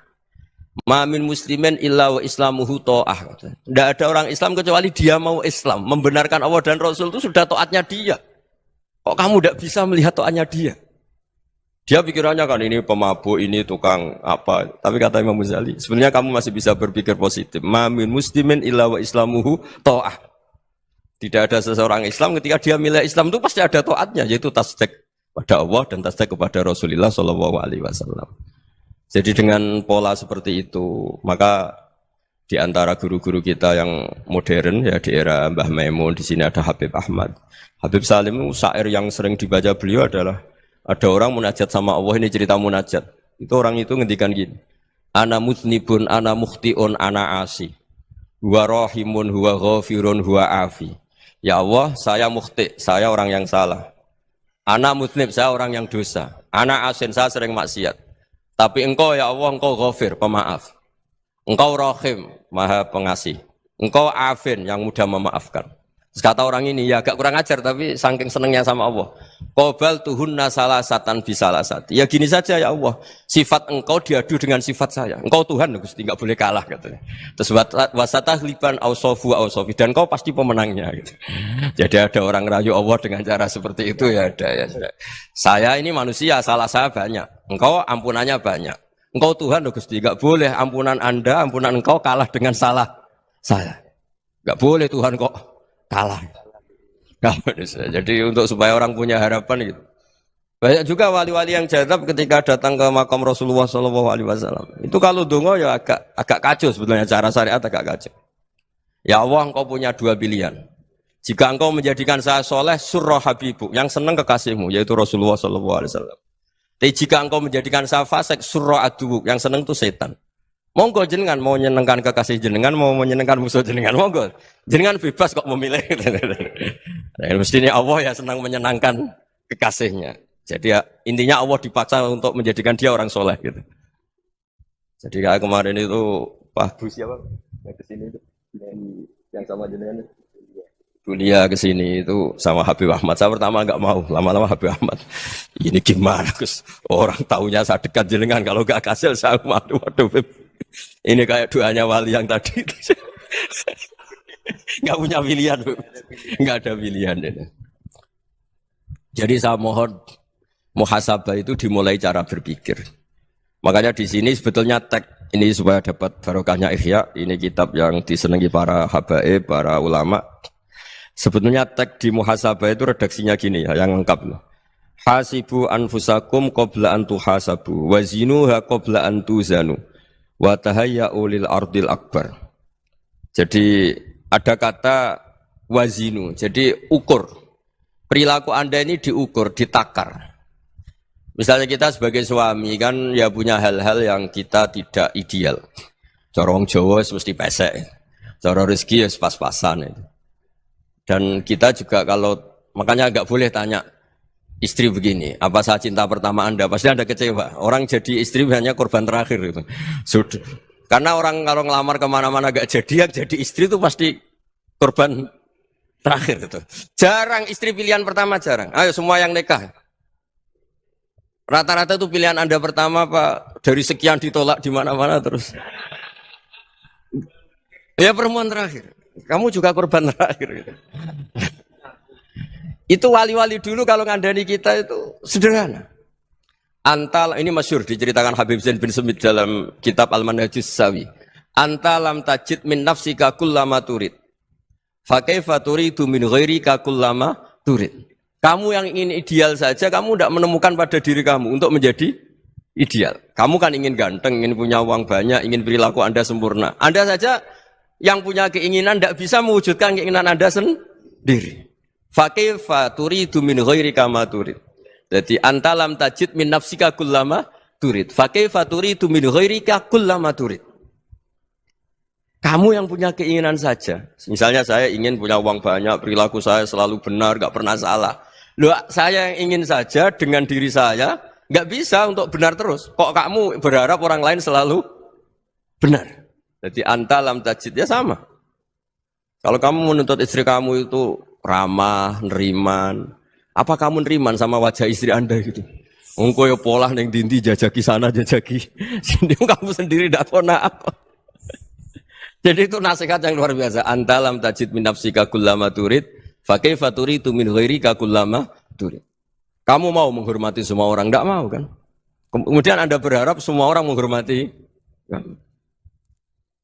Kamu ndak ingin kan orang lain semua menghujat kamu. Sementara kamu enak aja menghujat orang lain. Makanya Rasulullah SAW itu luar biasa ketika bikin kaidah sosial. Apa la yu'minu ahadukum hatta yuhibba li akhihi ma yuhibbu li nafsi. Jadi kalau ukuran iman itu sederhana. Kalau sesuatu itu baik, nyaman bagi Anda ya bayangkan itu pada teman Anda. Misalnya Anda bangun tidur sudah acak-acakan, enggak punya uang, utang jatuh tempo, kan enggak ingin ketemu orang. Ya kamu jangan bertamu ke jenis ini karena dengan kamu yang alami juga enggak siap ketemu orang. Makanya ada Habib Alim itu dilapuri sama seseorang. Beb, dulu teman saya itu ketika saya kaya itu sering main ke saya. Setelah saya miskin, mereka tidak main ke saya. Kata Habib itu bagus, sunahul begitu itu bagus. Coba kalau kamu dulu kaya, teman kamu main kan kamu gaya. Di rumah ada makanan, bisa hormat tamu. Setelah kamu miskin jadi buruh manol di pasar atau buruh bikin boto, teman kamu datang, malu enggak kamu? Mendingan enggak datang gitu. Akhirnya baru, oh ya alhamdulillah kalau gitu. Loh ya kan dulu teman kita datang, kita ada Alphard, istri cantik, rumah bagus lah, kita miskin, buruhnya orang pas dibentak-bentak, teman kamu udah datang. Milih datang kamu enggak kalau setelah kamu jatuh? Enggak kan? Jadi barokahnya ilmu itu terus. Ya, tapi kadang-kadang orang loh, wah setelah saya miskin teman-teman enggak kasih ke sini. Ya kalau kamu sudah jatuh, teman-teman kamu situ jadi tontonan. Ya mulai sekarang cara berpikir itu dirubah. Dulu yang namanya kiai itu kalau diundang orang itu ya agak-agak senang. Semenjak saya itu agak rubah. Mengundang kiai, ngatur kiai itu tak haram-haramkan ya ada lumayan lah sekarang itu sudah mulai agak beretika. Dulu itu ngundang tuh tanggalnya ditentukan, jamnya ditentukan. Enggak mikir apa kiai saat itu nganggur, enggak. Punya wadifah, enggak. Dia milih tanggal yang dia nganggur, enggak mikir pas itu kiainya nganggur apa. Enggak. Ya saya hanya cerita aja, kamu tersinggung ya monggo, boten ya monggo itu kan. Jadi saya mohonlah supaya tadi saya juga matur ke Habib Ahmad. Jadi untuk orang merasa ikut sunnah Rasul itu gampang sekali kata Sayyid Muhammad. Dulu Nabi berpakaian ala daerahnya. Kalau mikot ya pakai mikotu baladi. Karena Nabi orang Madinah dan beliau berdomisili di Madinah ya misalnya mikotnya dari Bir Ali misalnya. Tapi kalau Anda orang kawasan Tanim mau umrah ya dari Tanim. Misalnya kawasan Jirona ya dari Jirona. Artinya apa? Kamu ngambil mikot karena Nabi mikot misalnya dari Bir Ali. Bukan berarti kamu harus seperti Nabi di Bir Ali. Kamu orang Mekah, misalnya kamu orang Tanim. Orang dia harus dari mikot itu apa? Baladi. Sama, makanya di fikih-fikih itu kalau tahnik anak, Nabi orang Arab, halawiyatnya kurma ya kurma. Kalau orang Jawa sedegan, semua podo-podo. Ya, podo-podo manis. Jadi ini tabaruk sama Sayyid Muhammad, ini ada murid beliau, Habib Ahmad, saya baca. Supaya orang itu merasa ikut Nabi itu gampang sekali. Ini saya baca di halaman, tadi disaksikan Habib Ahmad, 433 di kitab, apa begini? Manhajus Salaf fi Fahmin Nusus. Itu kata Sayyid Muhammad, wa kanat sunnatu Rasulillah annahu yat'amu ma yajiduhu fi ardi wa yalbasu ma yajidu wa yarkabu ma yajidu mimma abahu Allah ta'ala. Faman istamala ma yajiduhu fi ardi fa huwa al-muttabi' lis-sunnah. Kama annahu hajjal baita min madinati. Faman hajjal baita min madinati nafsi fa huwa al-muttabi' lis-sunnah. Wa illam takun hadhil madinatu tilka. Jadi intinya misalnya Nabi dulu itu ngasih sedekah kepada fakir miskin ya pakai dinar, dirham. Ya kalau orang misalnya sedekah pakai rupiah ya sudah ikut sunnah Nabi. Jangan, lu Nabi pakai dinar loh, kamu kok pakai rupiah. Dulu dinarnya Nabi udah ada tulisannya Bank Indonesia, kamu kok ada tulisannya Bank. Ya tidak ada seperti itu. Ya jadi misalnya Nabi sedekah pakai tamar atau pakai al-aqid, ya kita pakai beras, pakai apa. Supaya orang tuh bahwa Rasulullah itu milik kafatal linnas, milik semuanya. Sehingga merasa ikut sunnah Nabi itu ya semuanya. Makanya dulu Mbah Mun kalau motivasi saya supaya bombong, kalau orang Jawa bilang bombong. Wong Jawa mesti ono wong alim. Beliau menyontohkan Mas itu Mbah Fadol, Senori, Mbah Ihsan Jambes. Itu bisa ngarang-ngarang kitab luar biasa. Padahal beliau bukan orang Arab. Imam Sibawai itu orang Persia. Imam Ghazali orang Tus itu juga ikut Persia. Kata Imam Mun, wong sing ora Arab lah mesti untuk jatah alim kata beliau. Karena Nabi itu diutus kafatal linnas. Nah ini kalau orang yang alim itu Arab tok, berarti tidak ada perwakilan dari Afrika, dari Asia Tenggara, dari mana-mana. Makanya karena Nabi statusnya itu kafatal linnas. Jadi kita harus bangga sebagai Muslim, sebagai orang Indonesia karena misalnya Wali Kutub dulu terkenalnya hanya ada di Yaman, di mana. Ternyata pernah ada juga di Indonesia dan seperti Habib Abu Bakar Segaf Gresik. Jadi ya artinya kan tetap orang Indonesia meskipun beliau zuriyah Rasul kan ya sudah orang apa? Orang Indonesia. Zuriyahnya Habib Ali Simtuduror sekarang di Solo. Jadi Indonesia juga dapat alawin banyak dari Sadatin al-Alawin juga banyak. Jadi saya mohon barokahnya ngaji seperti ini melihat orang lain tuh gampang. Bayangkan tuh kalau anak kamu. Makanya Nabi nanti kalau nggak percaya lihat di Hikam nomor 15 di kitab saya itu. Di situ dijelaskan oleh Hikam, jangan-jangan semangat Anda pada orang yang maksiat, pada orang yang keliru supaya dihukum itu karena kebetulan itu udah anak Anda, itu udah keluarga Anda. Coba kalau itu keluarga. Makanya kalau saya guyonan di Jogja itu ada pembantu mecahkan piring terus dimarahi majikannya. Saya mesti guyon gitu. Pasti itu pembantunya tidak cantik. Kok bisa, Gus? Andai kan cantik dan kamu senang mecahno piring satu, piring 1000 ra iso ngamuk kowe.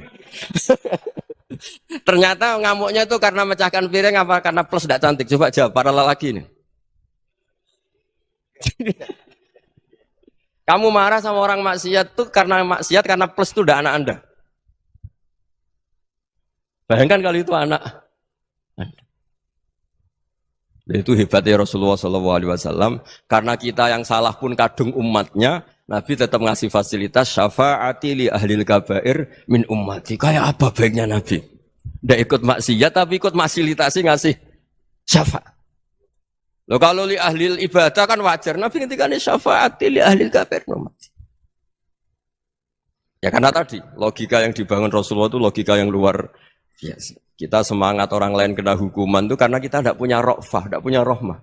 Coba kalau Rasulullah yang bil mu'minina ra'ufur rahim, semangatnya itu mendoakan supaya tobat, mendoakan diampuni.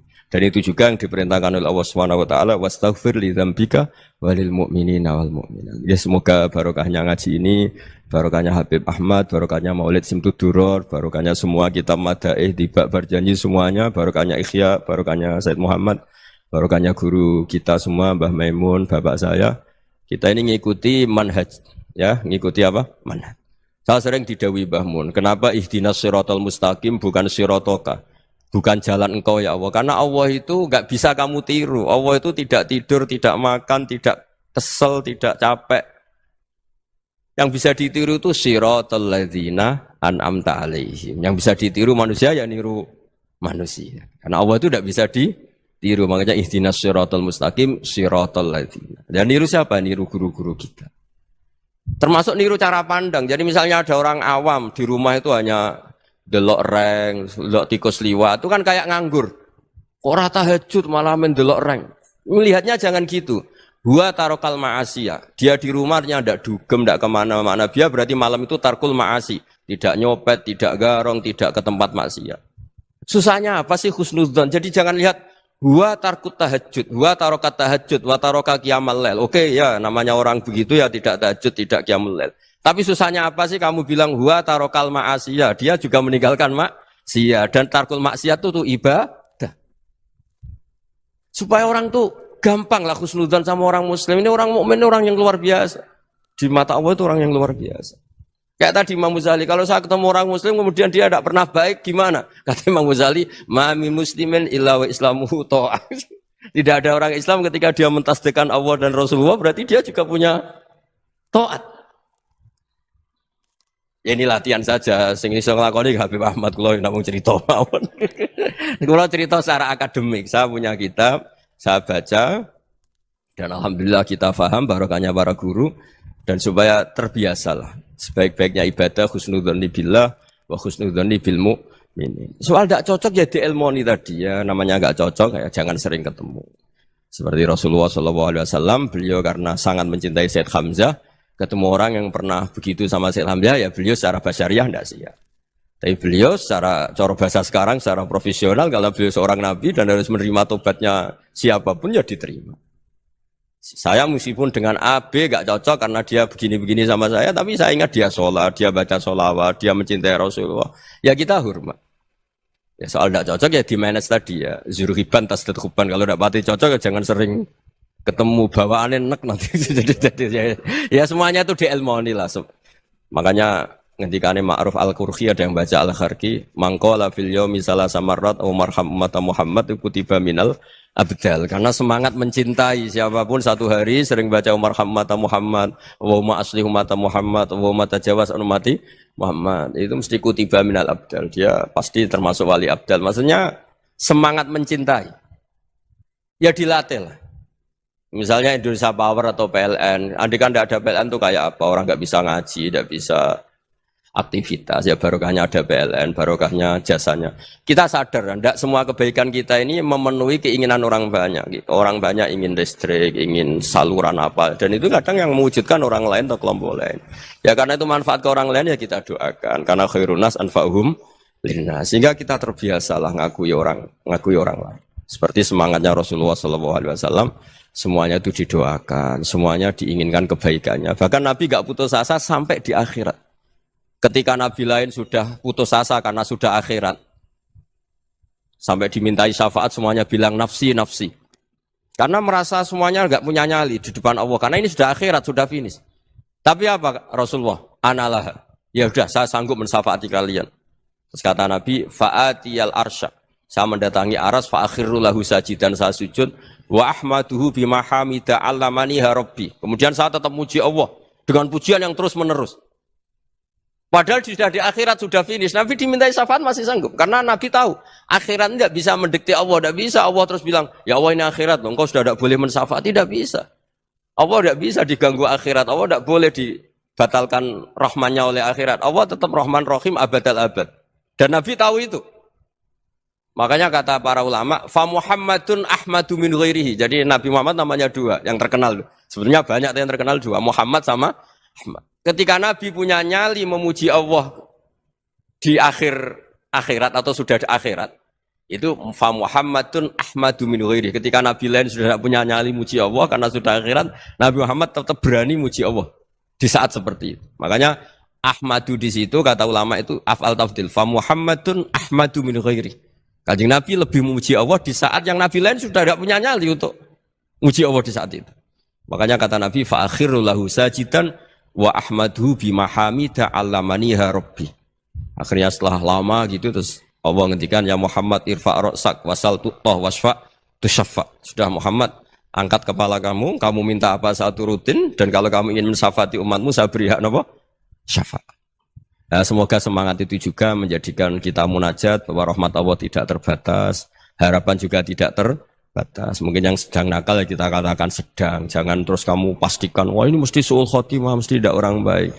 Tidak, agama ini liman kana yarjuwaha wal yaumal akhir, selalu bagi yang punya harapan. Ya, mugi-mugi dapat barokah semua. Nanti orang masuk surga itu berkelompok, orang masuk neraka juga napa? Berkelompok. Dadi wasiqal ladzina taqaw rabbahum ilal jannati napa? Semara. Terus wasiqal ladzina kafaru napa? Wasiqal ladzina taqaw rabbahum ilal jannati Zumara nggih wasiqal ladzina kafaru ila jahannam ngene apa? Zumara sama-sama kita ini kelompok. Nah, kemudian kelompok itu ya ada sisi positifnya, yaitu rapati wedi mergo bareng-bareng. Nah, sisi negatifnya itu berkategori, napa? Berkategori. Jadi misalnya ini cerita-cerita ning dunia wali. Ketika kita iman tuh kategorinya wong iman apa wong kafir? Wong iman. Jadi kategori itu status. Sehingga apapun faseknya kita karena iman tetap diletakkan bareng wong sing iman. Itu dulu ukurannya. Yang kafir apapun soleh sosialnya tetap dikategorikan orang apa? Kafir. Apapun soleh sosialnya.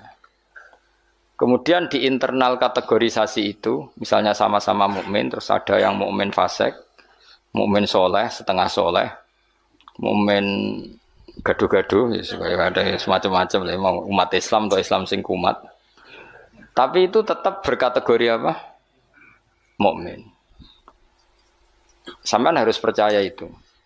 Nah, terus ngendikane pangeran yaumanad ukulla unasim bi imamihim. Kemudian manusia itu tak panggil sesuai status itu, kemudian tak panggil pemimpinnya.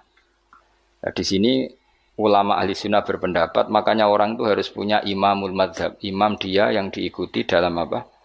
Bermadhab, karena nanti yang bertanggung jawab itu imamnya.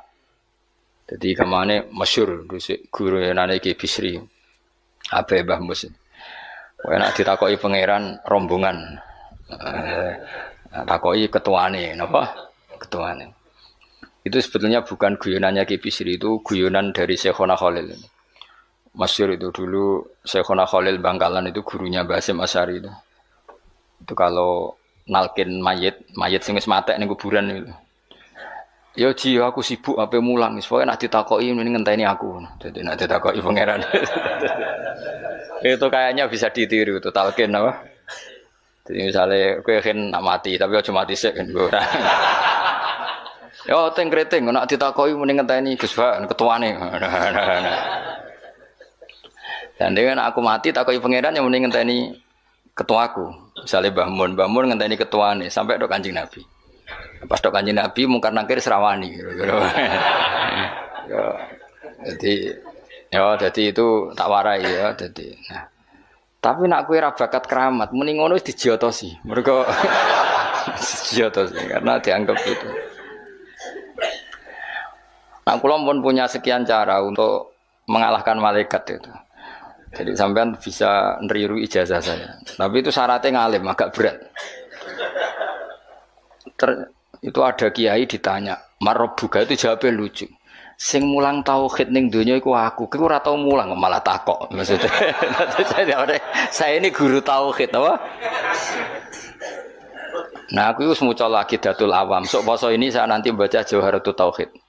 Karangannya Ibrahim Al-Laqani yang nyarai Mbah Mun. Jadi nanti puasa nanti saya, karena untuk tadi untuk jawab malaikat. Guru tauhid ditakoki marabbuka supaya punya peradaban. Malaikat itu punya peradaban. Masuk guru tauhid ditakoki apa? Marabbuka. Itu sudah saya niatkan itu. Sudah itu.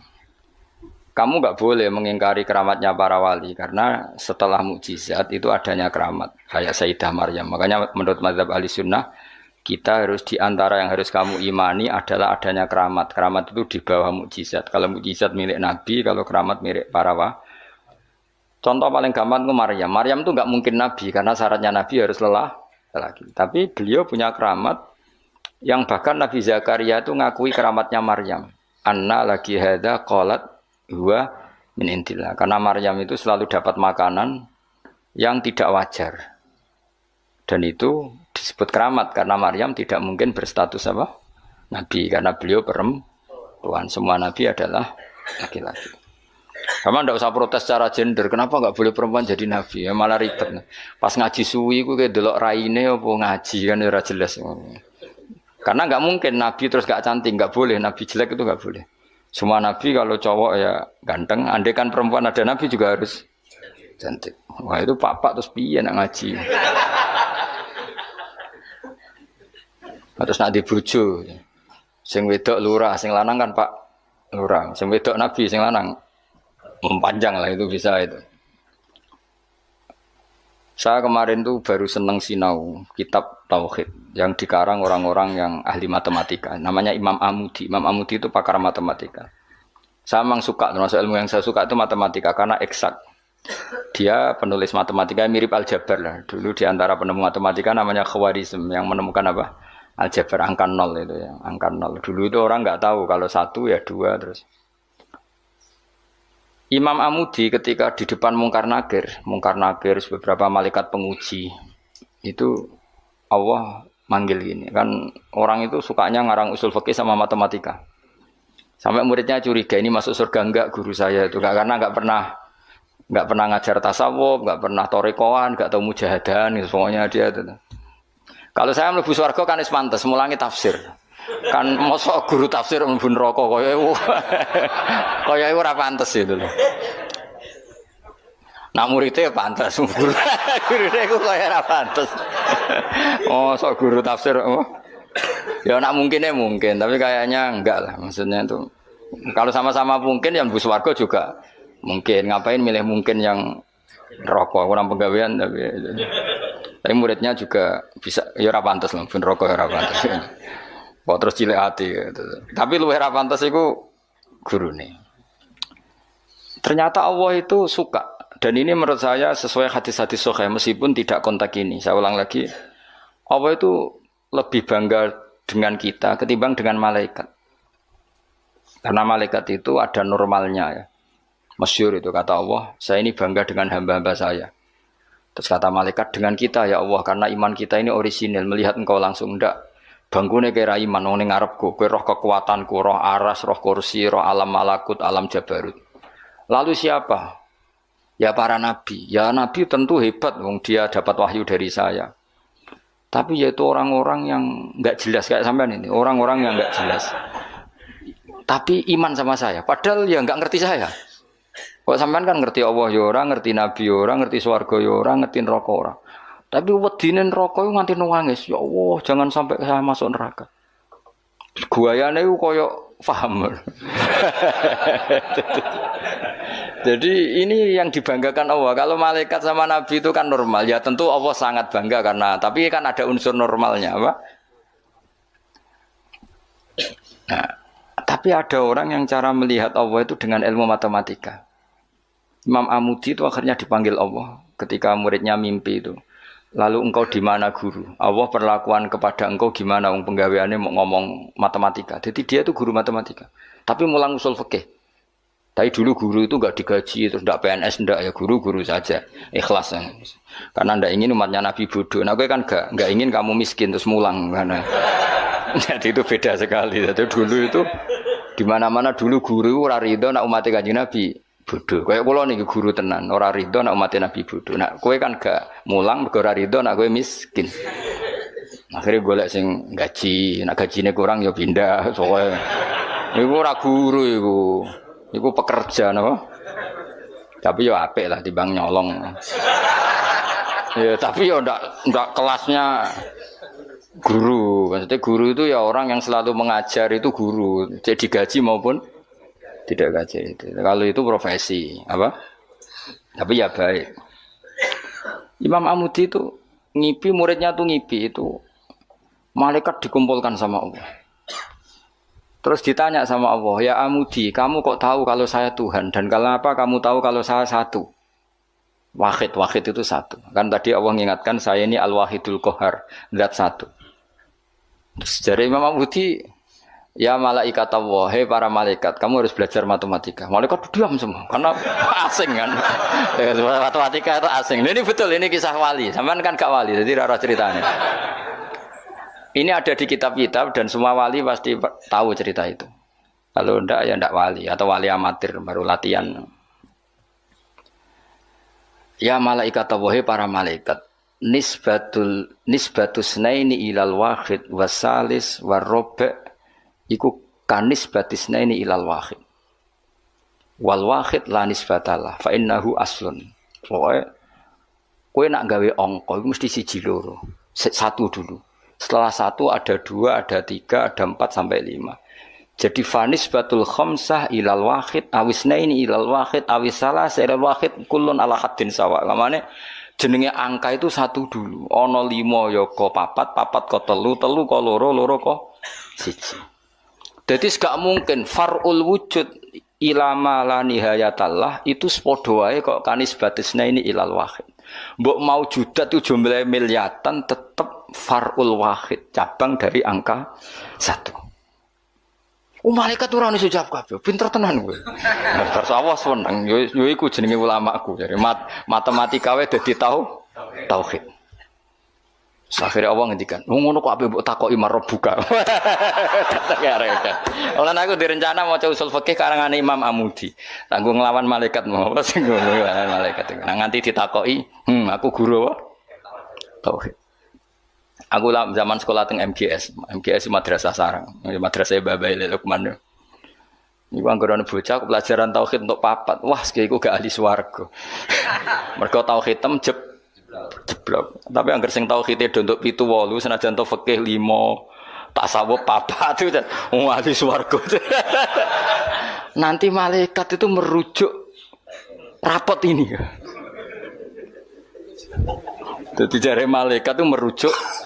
Jadi nak rapote kalau tauhidnya 4 neraka, mergo tauhidnya jeblok merah.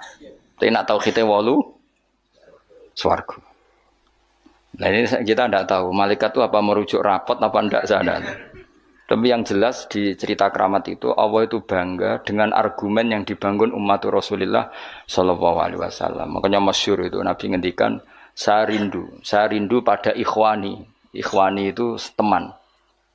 Terus sahabat pada ngendikan alasna ikhwanaka ya Rasulullah, bukankah kita ini temanmu? Lah dari Nabi, antum ashabi, kamu itu sahabat saya, tapi saya rindu teman-teman saya. Siapa itu ya Rasulullah? Man amana bi walam yaroni, mereka iman saya padahal tidak melihat saya. Lalu itu Allah lebih rindu lagi, dan Allah membanggakan hamba-hamba ini yang enggak jelas ini semua itu mengalahkan para malaikat. Tentu dalam konteks itu, karena malaikat ketika iman, kowe wajar iman, memang kamu tahu saya. Tapi umatnya Muhammad sudah tidak ditunggoni Muhammad, tidak ditunggoni kekasih saya, tapi tetap iman pada saya. Lalu dengan cara apa? Dengan cara akalnya masing, termasuk yang ahli matematika. Nisbatus naini ilal wahid wassalasa wal khamsah, semuanya sama, farul wahid. Fal wahid wal aslu wa ghairul wahid farul asli. Fal kullu minal wahid. Malaikat harus merungokno iki, Bos. Karena semua angka mesti dimulai dari 1. Ya wis. Akhirnya malaikat ya angka cek miliatan wis makhluk cek jumlahe miliatan ratusan miliar gak ono ngaruh tetep itu kabeh farul wahid dimulai dari al wahid. Karena dia ahli matematika, dia berargumentasi dari nisbatul isnen sampai salasah kabeh iku ning nisbate ning siji iku cabange. Maksudnya iku asal usule tetep siji. Mulane banyak ulama anak gawe mbah guyonan mbok tenan tapi ya rodok tenan tapi rodok tenan artine ya coba imani tapi kudu mbok imani. Iku nak ndarani Quran dikumpulno ning Fatihah, Fatihah dikumpulno apa? Ning bismillah, bismillah dikumpulno ning ba. Ba iku mergo dadi nuqtatil wujud. Dadi ku ketok nak Quran minallah nggih. Nuqtatil wujud, titik wujud. Kowe gawe gambar serumit apapun mesti dimulai dari 1 titik. Misalnya kayak gambar apa lah, gambar pesawat ceblok, cek buta, cek gambar ruhin keriting misalnya, tetap dimulai dari titik. Nah titik ini disebut nuqtatil wujud, apa? Nuqtatil wujud. Maka ba itu disingkat oleh ulama bi, kata ulama bi kana makana wa bi yakunu ma yakun. Jadi bi sebab ingsun, kana makana karena saya sesuatu yang terjadi ya terjadi, yang wujud ya wujud. Wabi yakunu ma yakun, dan karena saya juga sesuatu yang akan wujud nanti akan, berarti ba adalah nuqtatil wujud, awal daripada wujud. Tentu maksudnya adalah Allah Subhanahu wa taala. Allah ini nuqtatil wujud. Nah, kenapa kita butuh angka 1 bukan angka 0? Karena 0 itu di matematika itu adamiyah, sesuatu yang enggak ada kalau di depan. Kalau di belakang enggak apa-apa, dihilangkan. Tapi kalau di depan enggak bisa. Maksudnya nol itu nggak boleh mendahului satu. Artinya gini, alam ini kadung maujud. Kalau alam ini kadung maujud, nggak boleh diciptakan oleh nol. Mesti diciptakan satu atau yang wujud. Karena nggak mungkin sesuatu yang tidak wujud menciptakan yang wujud. Ya sudah, akhirnya berarti hadhil maujudat yang jumlahnya tidak terhingga ini dimulai dari satu wujud. Sama angka 2, 3 seterusnya dimulai dari satu. Maka engkau ya Allah harus satu. Akhirnya malaikat itu taslim. Sekamane itu Allah ngendikan, wong ini kok mbok takoki marbuka. Malah diterangno malah pusing kira-kira kan gitu. Nah, umatnya Nabi itu orang yang paling bisa berlogika, terutama ulama-ulamanya, karena mewarisi dari para nabi. Lan kula niku suwun, wae kula suwun jenengan nek ape mati, pokoke latihan tauhid mulai saiki sehingga pas ape mati niku pun bener. Misalnya latih saja ketika kita masih hidup normal gini, kita tidak tahu cara kita hidup. Kita tidak tahu cara bekerjanya oksigen, kita tidak pernah tahu caranya bekerjanya jantung, paru-paru dan sebagainya. Kalau kita pengguna iya. Kalau tahu dengan makna tahu iya, tapi tidak dengan makna memulai dan menciptakan. Kadang kita sok tahu, wah sistem jantung gini-gini, maka kalau rusak bisa diring gini-gini. Tapi lagi-lagi pertanyaannya, sistem jantung begini-begini itu dari setelah ada apa kita yang menciptakan? Setelah ada, kita sebetulnya hanya menyaksikan. Nah artinya apa? Zaman kita hidup pun sebetulnya tidak pernah tahu cara hidup kita. Sama setelah kita mati juga nggak tahu caranya kita hidup lagi. Berarti hidup dan mati adalah sama. Ketika kita hidup ya tidak menentukan kehidupan kita. Ketika kita mati juga tidak menentukan kematian kita. Semuanya dalam kendali Allah Subhanahu wa Ta'ala. Ya sudah, kalau kita dari gak ada menjadi ada itu nyata, berarti dari ada menjadi ada lagi pasti juga nyata. Itu disebut iman. Iman itu satu perangkat keyakinan yang berdasar ilmu. Maka saya bayangkan nanti kalau ketemu Allah itu umatnya Nabi itu paling nyaman, terutama sing gelem ngaji. Nah sing gelem wiridan tok itu masih tidak cukup, sing gelem ngaji. Karena wiridan itu kan kalau tidak ada ngajinya itu kadang melahirkan khayal. Makanya ulama dulu itu nggak boleh muridnya wiridan sebelum ngaji karena ilmu itu dimulai dari nazar. Nazar itu berpikir, baru bisa menentukan Tuhan. Makanya awal wajib manusia itu kuling dzuru madza fis samawati wal ard. Kamu harus berpikir. Setelah berpikir makrifat. Setelah makrifat baru ilmu. Disebut fa'lam annahu la ilaha illallah. Baru bakas istighfar, wastaghfir dzambika. Istighfar kamu sah itu setelah tauhidnya benar. Tapi kalau kamu tauhidnya enggak benar lalu istighfar, kan berarti bilang gini, astaghfirullah, saya minta ampun ya Allah. Terus di hatinya, Allah itu tenan ta fiktif tuh. Kan kacau. Sah kamu istighfar setelah memastikan Allah adalah wajibil wujud. Jadi tetap semua itu ba'dal ilm. Makanya fa'lam annahu la ilaha illallah baru wastaghfir, baru minta istighfar. Karena istighfar itu tidak sah sebelum benarnya kalimat tauhid yang bil ilmi dengan ilmu. Termasuk tadi tes-tesannya Imam Amudi di depan Allah Subhanahu wa Ta'ala. Kata Allah, Amudi tolong malaikat ajari tauhid yang jalur matematika. Sebagaimana kamu mengajarkan itu di dunia.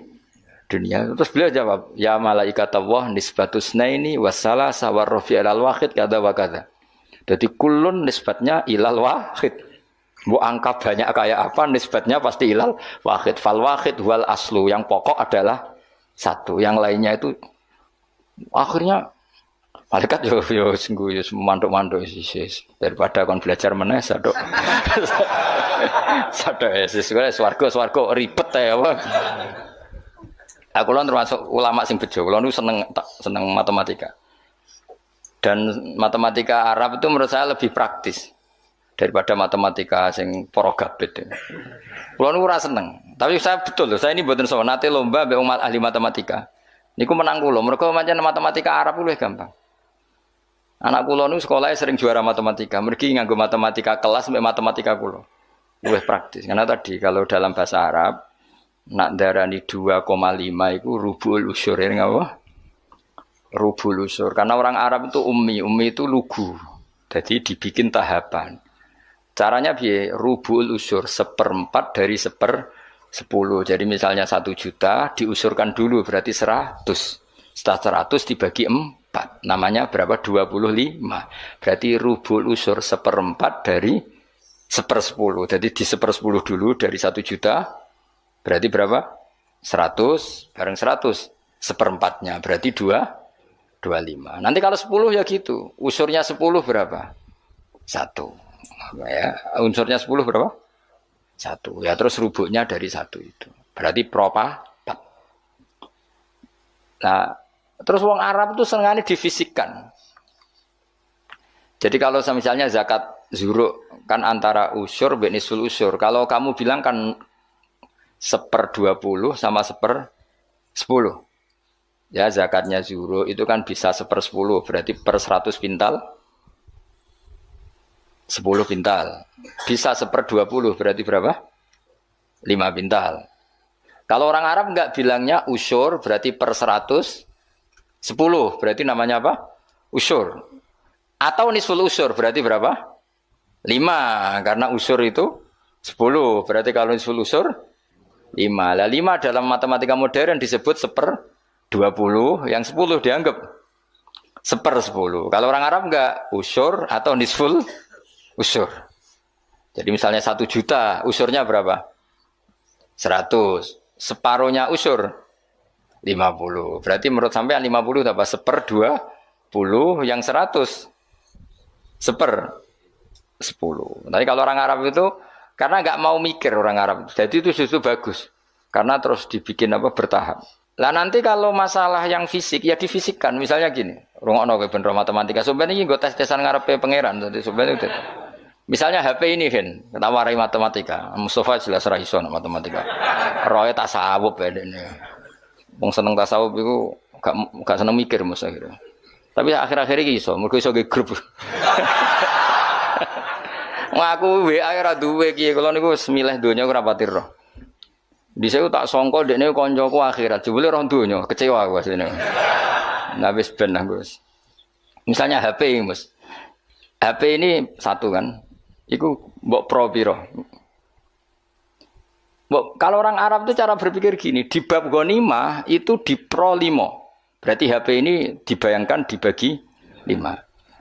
Nah yang satu bagian ini miliknya Allah dan Rasul. Ketika ini dibagi 5, satu bagian namanya apa? 1/5. Wa alamu annama ghanimtum min syai'in fa anna lillahi khumusahu. Ya sudah, Nabi dibagi 1/5. Setelah 1/5 ini hilang diambil Nabi dan Rasul, ya Allah dan Nabi dan Rasul itu, yang sisanya kan 4. Jenenge arba'atul akhmas, 4 dari pro 5. Nah yang 4 dari pro 5 itu dibagi para yang ikut perang. Wa alamu annama ghanimtum min syai'in fa anil khumusahu walir rasul walil qurba wal yatama wal masakin wabnis.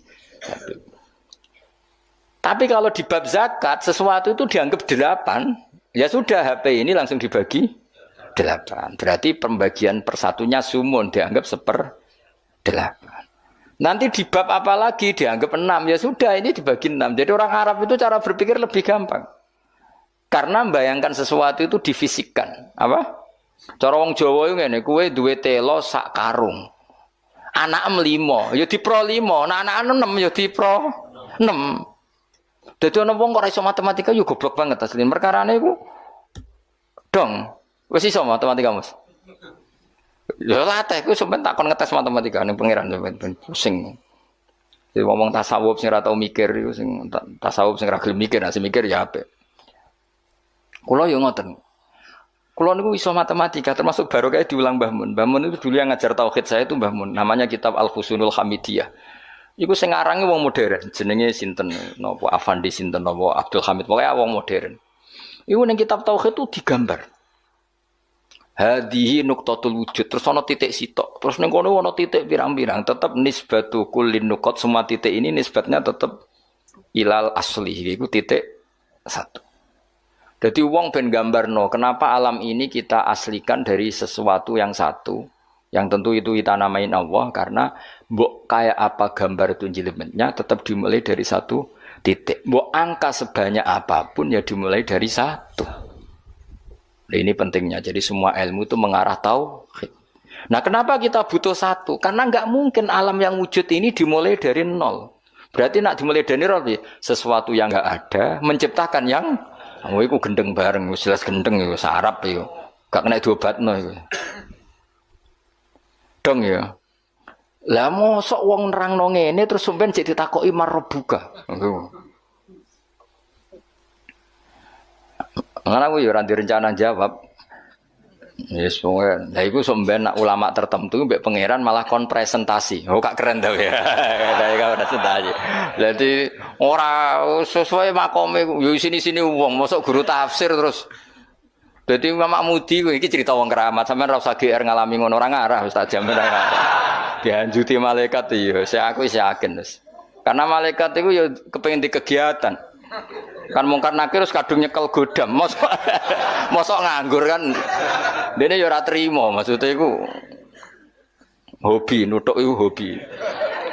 Tapi nanti nak Allah itu mencintai ulama dan pasti mencintai ulama dan itu pasti wali ala inna auliya Allahi la khaufun alaihim wa lahum. Para wali itu pasti tidak ada ketakutan. Kalau dia mungkar nakir seperti itu berarti ada rasa takut. Padahal wali dijamin tidak takut. Itu masyhur itu keramatnya Imam Amudi. Dia termasuk ulama yang keramat lewat jalur matematika. Nah Imam Sibawai kan lebih membingungkan malaikat. Ya sama Imam Sibawai muridnya juga tanya, wong kok men ngomong nahwu terus itu terus piye? Masyhur takok imar rebuka. Malaikate takok ini ku man mausul napa istifham. Wah patekno wong malaikat kon ngaji alfiyah. Terus ditakoki, semar rebuka Allah iku zat sing paling a'raful ma'arif. Jadi zat yang harus diketahui itu Allah. Kok nganti ditakokno iku piye? Cerita wali wae lucu lho. Narobi Adawiyah malah parah meneh. Marbuka. Ya Allah ini habamu siapa lagi? Zat yang paling saya kenal, yang semua orang harusnya kenal. Malah ini masih tanya siapa? Parah wae, malah parah meneh. Zat sejelas engkau dan engkau zat yang paling jelas. Kemudian masih ada yang tanya engkau ini siapa? Nangis den, kecewa den. Wong Allah zat sejelas itu masih ada yang apa? Ya lucu tuh. Misalnya ini contoh gampang-gampang. Sing ngaji tafsir Jalalain ini kan mesti ngerah aku kabeh takok. Gus Bah iku sapa kan yo lucu. Lah saiki Allah ku zat paling penting ning donya lan ning akhirat. Mergo pemilik alam semesta. Terus ana sing takok Allah iku sapa? Aneh gak? Dong ya maksudnya logikane. Nangis Rob, ya Allah, zat sejelas engkau kemudian masih ada yang tanya. Iku cerita wali maksudnya kan arah wali ora pati paham. Jadi nak apa meneh nak sing ngerti, wah cerita itu enggak benar. Kowe ora dadi wali sik lagi protes. Engko methuki aku. Kok protes sik. Enggak mungkin. Alam iki wae pangeran rawekmu. Kok kowe darani ra mungkin berarti ngilani kekuasaane bocah kok ora dong. Dong paham ya? Kowe milih dadi wali apa dadi wong biasa ngadepi pertanyaan marbuka ya. Apa milih latihan wae mau 5 wae. Marbuka Allah, maman nabiyuka Hamad. Terus pertanyaan ketiga apa? Apa Mas? Ini pinter ya Bang. Piro? Dene mudin ya. Pertanyaan ketiga apa? Marabuka. Mana biuka? Imam kasih apa kiblat kasih? Mas. Apa wala-wale oleh ning pertanyaan iki lho. Apa kan ngumumin kene? Marabuka. Nabi kitab ya. Kitab Abuka. Lho iya bapak penting lho. Cuma untungnya ra kanggo bapakmu ya. Kan kon jawab Nabi Ibrahim. Niku keren. Mulane kena ra Gus ning donya sampeyan ning mungkar nangkir aman. Ora usah dhuwur Gus. Man abuka Ibrahim. Terus apa nih Mas? Kiblat ya. Bocah kok dur hafal wah bahaya iki. Dianjuti lho gawe malaikat sampeyan.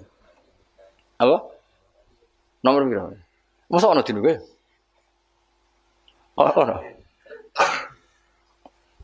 Urutane marbuka. Sudah meyakinkan pertanyaan. Kulo niku mboten guyon, yen kulo niati, guys. Memang pertanyaan malaikat itu wajib terjadi, tapi tetap wae kowe kudu yakin bahwa wali-wali itu diberlakukan khusus karena Allah ngendikan ala inna auliya Allahi la khaufun alaihim wa lahum yahzanun lahumul busyra alladzina amanu wa kanu yattaqun lahumul busyra fil hayatid dunya fil akhirah. Sehingga wali itu tidak punya ketakutan baik di dunia maupun di akhirat. Kalau gambaran mungkar nakir seperti itu berarti wali itu punya ketakutan. Maka cerita mungkar nakir seperti itu menghadapi yang umumnya orang mukmin. Ya kan ya ora kebayang, mosok Kanjeng Nabi takoki waman nabiuka. Iku aneh-aneh wae. Ya tentu kan proporsional, tentu Nabi Muhammad gak ngalami itu, para sahabat, para wali yang gak alami. Kalaupun ada ya prosedur. Masyhur itu. Ya jadi ngaji itu harus khatam. Tapi yang saya mengenang adalah hadisnya Nabi tadi. Saya itu rindu sama ikhwani. Ketika sahabat bilang, bukankah kita ikhwanaka ya Rasulullah? Alasna ikhwanaka. Yang disebut Nabi adalah tuba liman amanabi walam yaroni. Bejo banget wong sing iman be aku padahal tidak melihat aku. Ternyata Allah juga gitu. Allah membanggakan umatnya Muhammad, umatnya kekasihnya Muhammad yang tidak melihat Allah langsung tapi iman kepada Allah. Caranya apa ya tadi dengan sekian perangkat ilmu. Nisbatus nain wassalasah wal arba ila al-malihan adalah tetap nisbatnya pada satu. As-satu wal al-aslu. Berarti Allah al-wahidul qahhar.